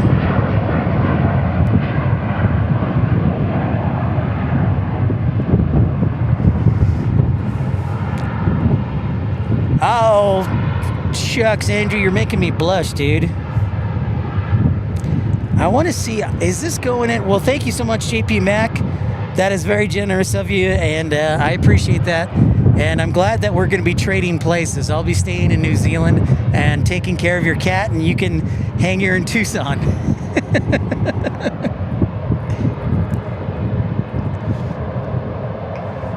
Now, is this A319? I think it's heading back to Chicago Air, but I want to look to make sure.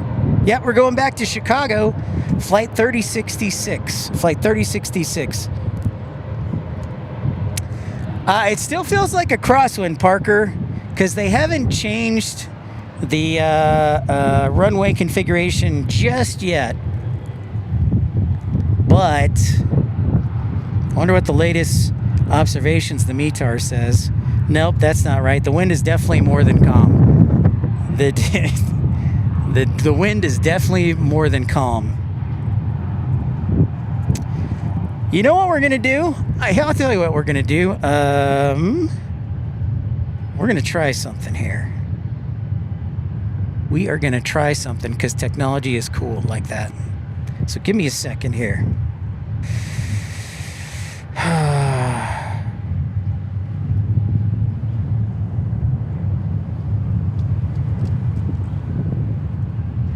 Yes, you can, JP Mac. You can borrow my corporate jet. Actually, I'll come with you to Indiana because I used to live in Indiana. I kind of miss it. And it'd be great to get back to Indiana.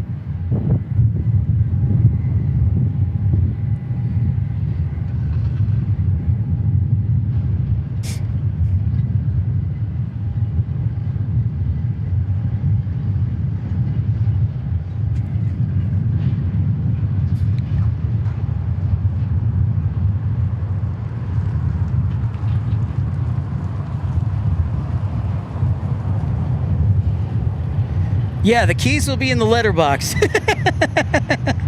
Yeah.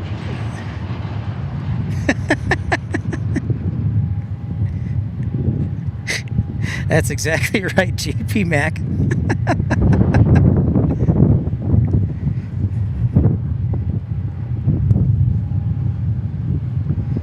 Yeah. I'm cool with cats, you know. I like dogs, I like cats. I had a cat growing up, so I'm cool.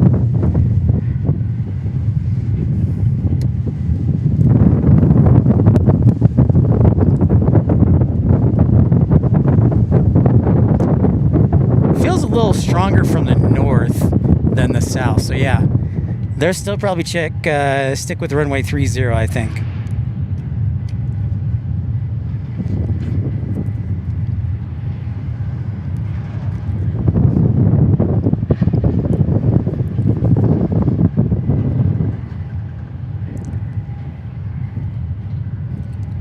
If you do encounter buffering, just be patient with us. The signal here is okay. But we are on the south end of Tucson, so it's not always the best signal.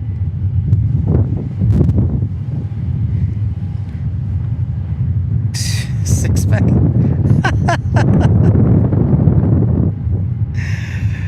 Yeah, Andrew. Oh, Griffith Airport. It's a great municipal airport to fly in and out of. Sounds good. Oh, yeah, they're in suburban Chicago. In Indiana. Yes. I lived in Crown Point, Indiana for a hot minute, a couple months. I want to try something here. Give me a second, folks. Okay. Let's see if this works.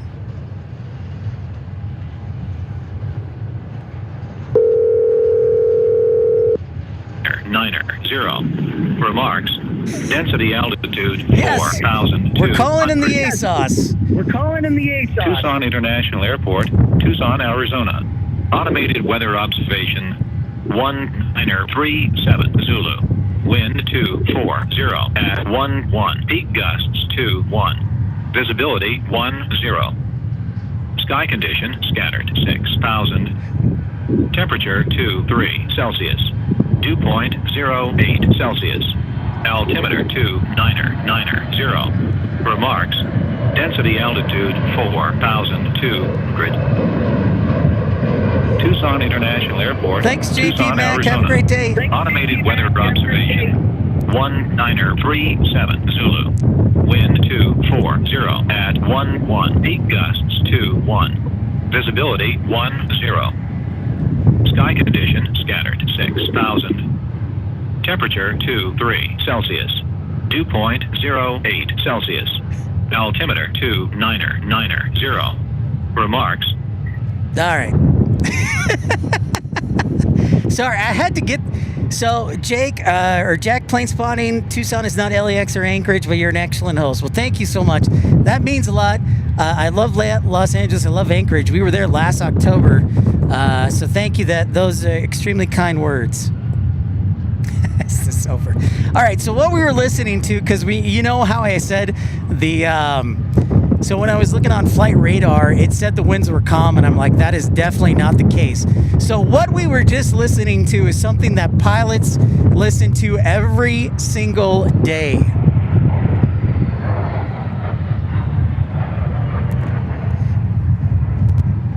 That phone number that I just called is called ASOS.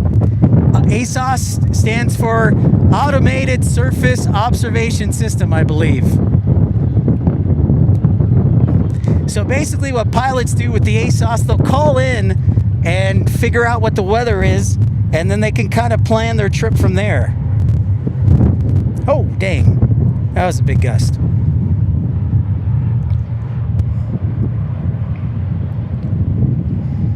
So that was the ASOS. I think we were going to do that for every show, just to get an updated weather observation.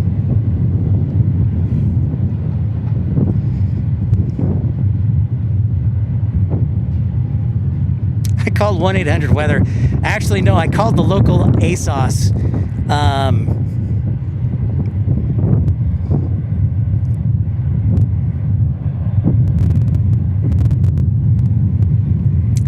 Yeah, ASOS is not...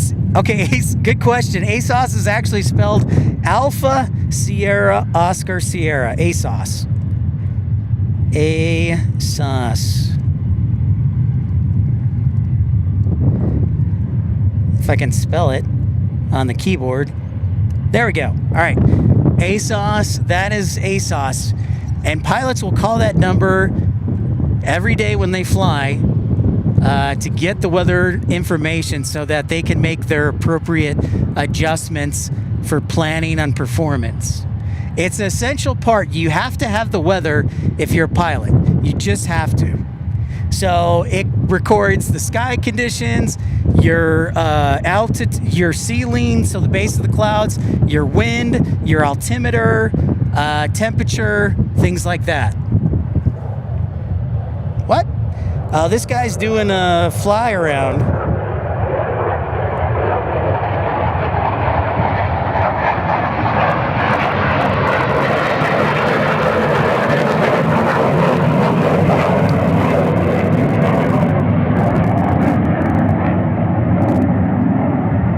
He's going to come back around, by the way.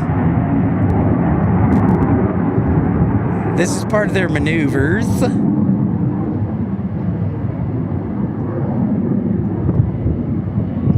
ASOS should be existing in Canada, yes. It should be a worldwide thing, Jack's Plane Spotting. I'm going to follow this guy as far as I can.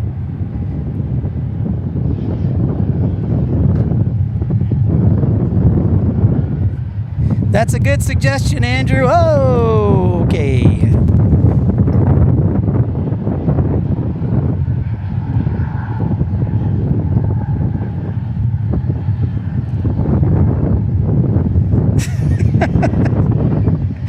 Thank you, Scott Kuiper. Oh, you guys. I would love to get one of those F-16 six-pack. Actually, to be fair, the first military jet I would probably get would be a A-10. The A-10 would be the first thing that I get.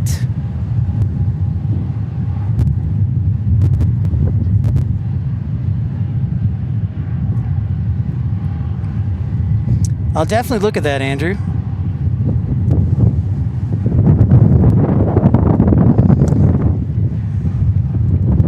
Ah, we got an arrival. Oh, there goes the mic again.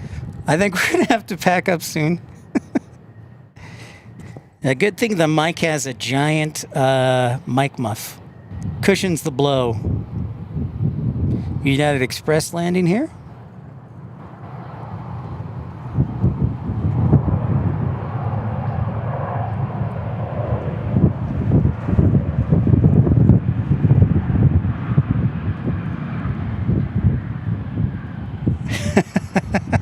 SoCal Gal, that's a great question. How long is the flight from LAX to Tucson? I'll have to do the calculations on that. I wish Tink was in here. He could tell us.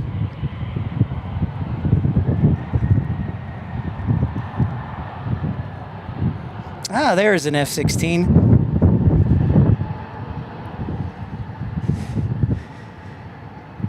All right, we'll see you later, Scott Kuiper. I'm probably going to be packing up here soon with the wind kicking up. But we will talk to you later, sir.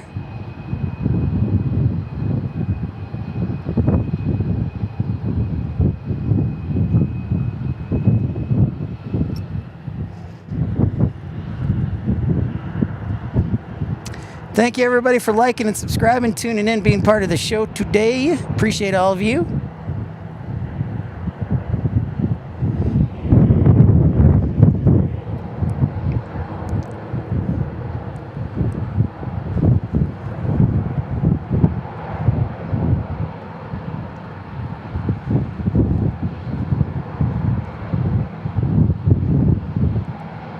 Yeah, there we go.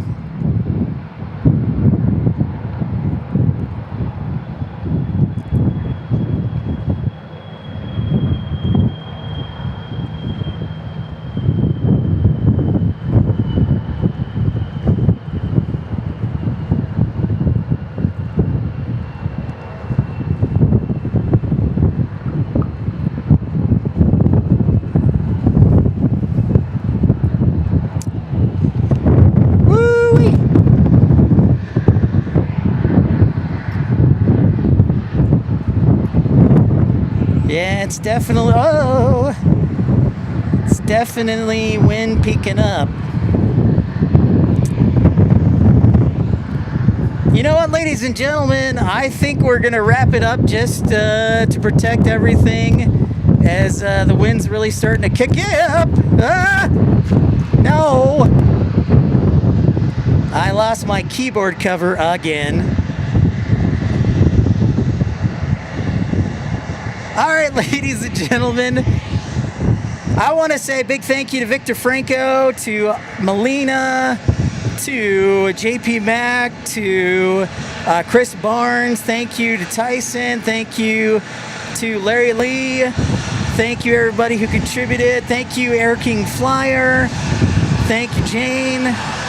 We appreciate all of you tuning in today. We'll see you next time. We will be in Dallas. Remember, Dallas this weekend and next week. We're going to have a lot of fun, so make sure to tune in. We're going to have a great bunch of shows, hopefully in Dallas. Happy Mother's Day. Happy birthday to my mom. See you, Ben. We'll see you on the next one. Happy birthday to my mom. Happy Mother's Day to everyone out there. We will see you on the next one next week in Dallas, hopefully. Take care. Have a great day, everybody. We'll see you later. Bye-bye.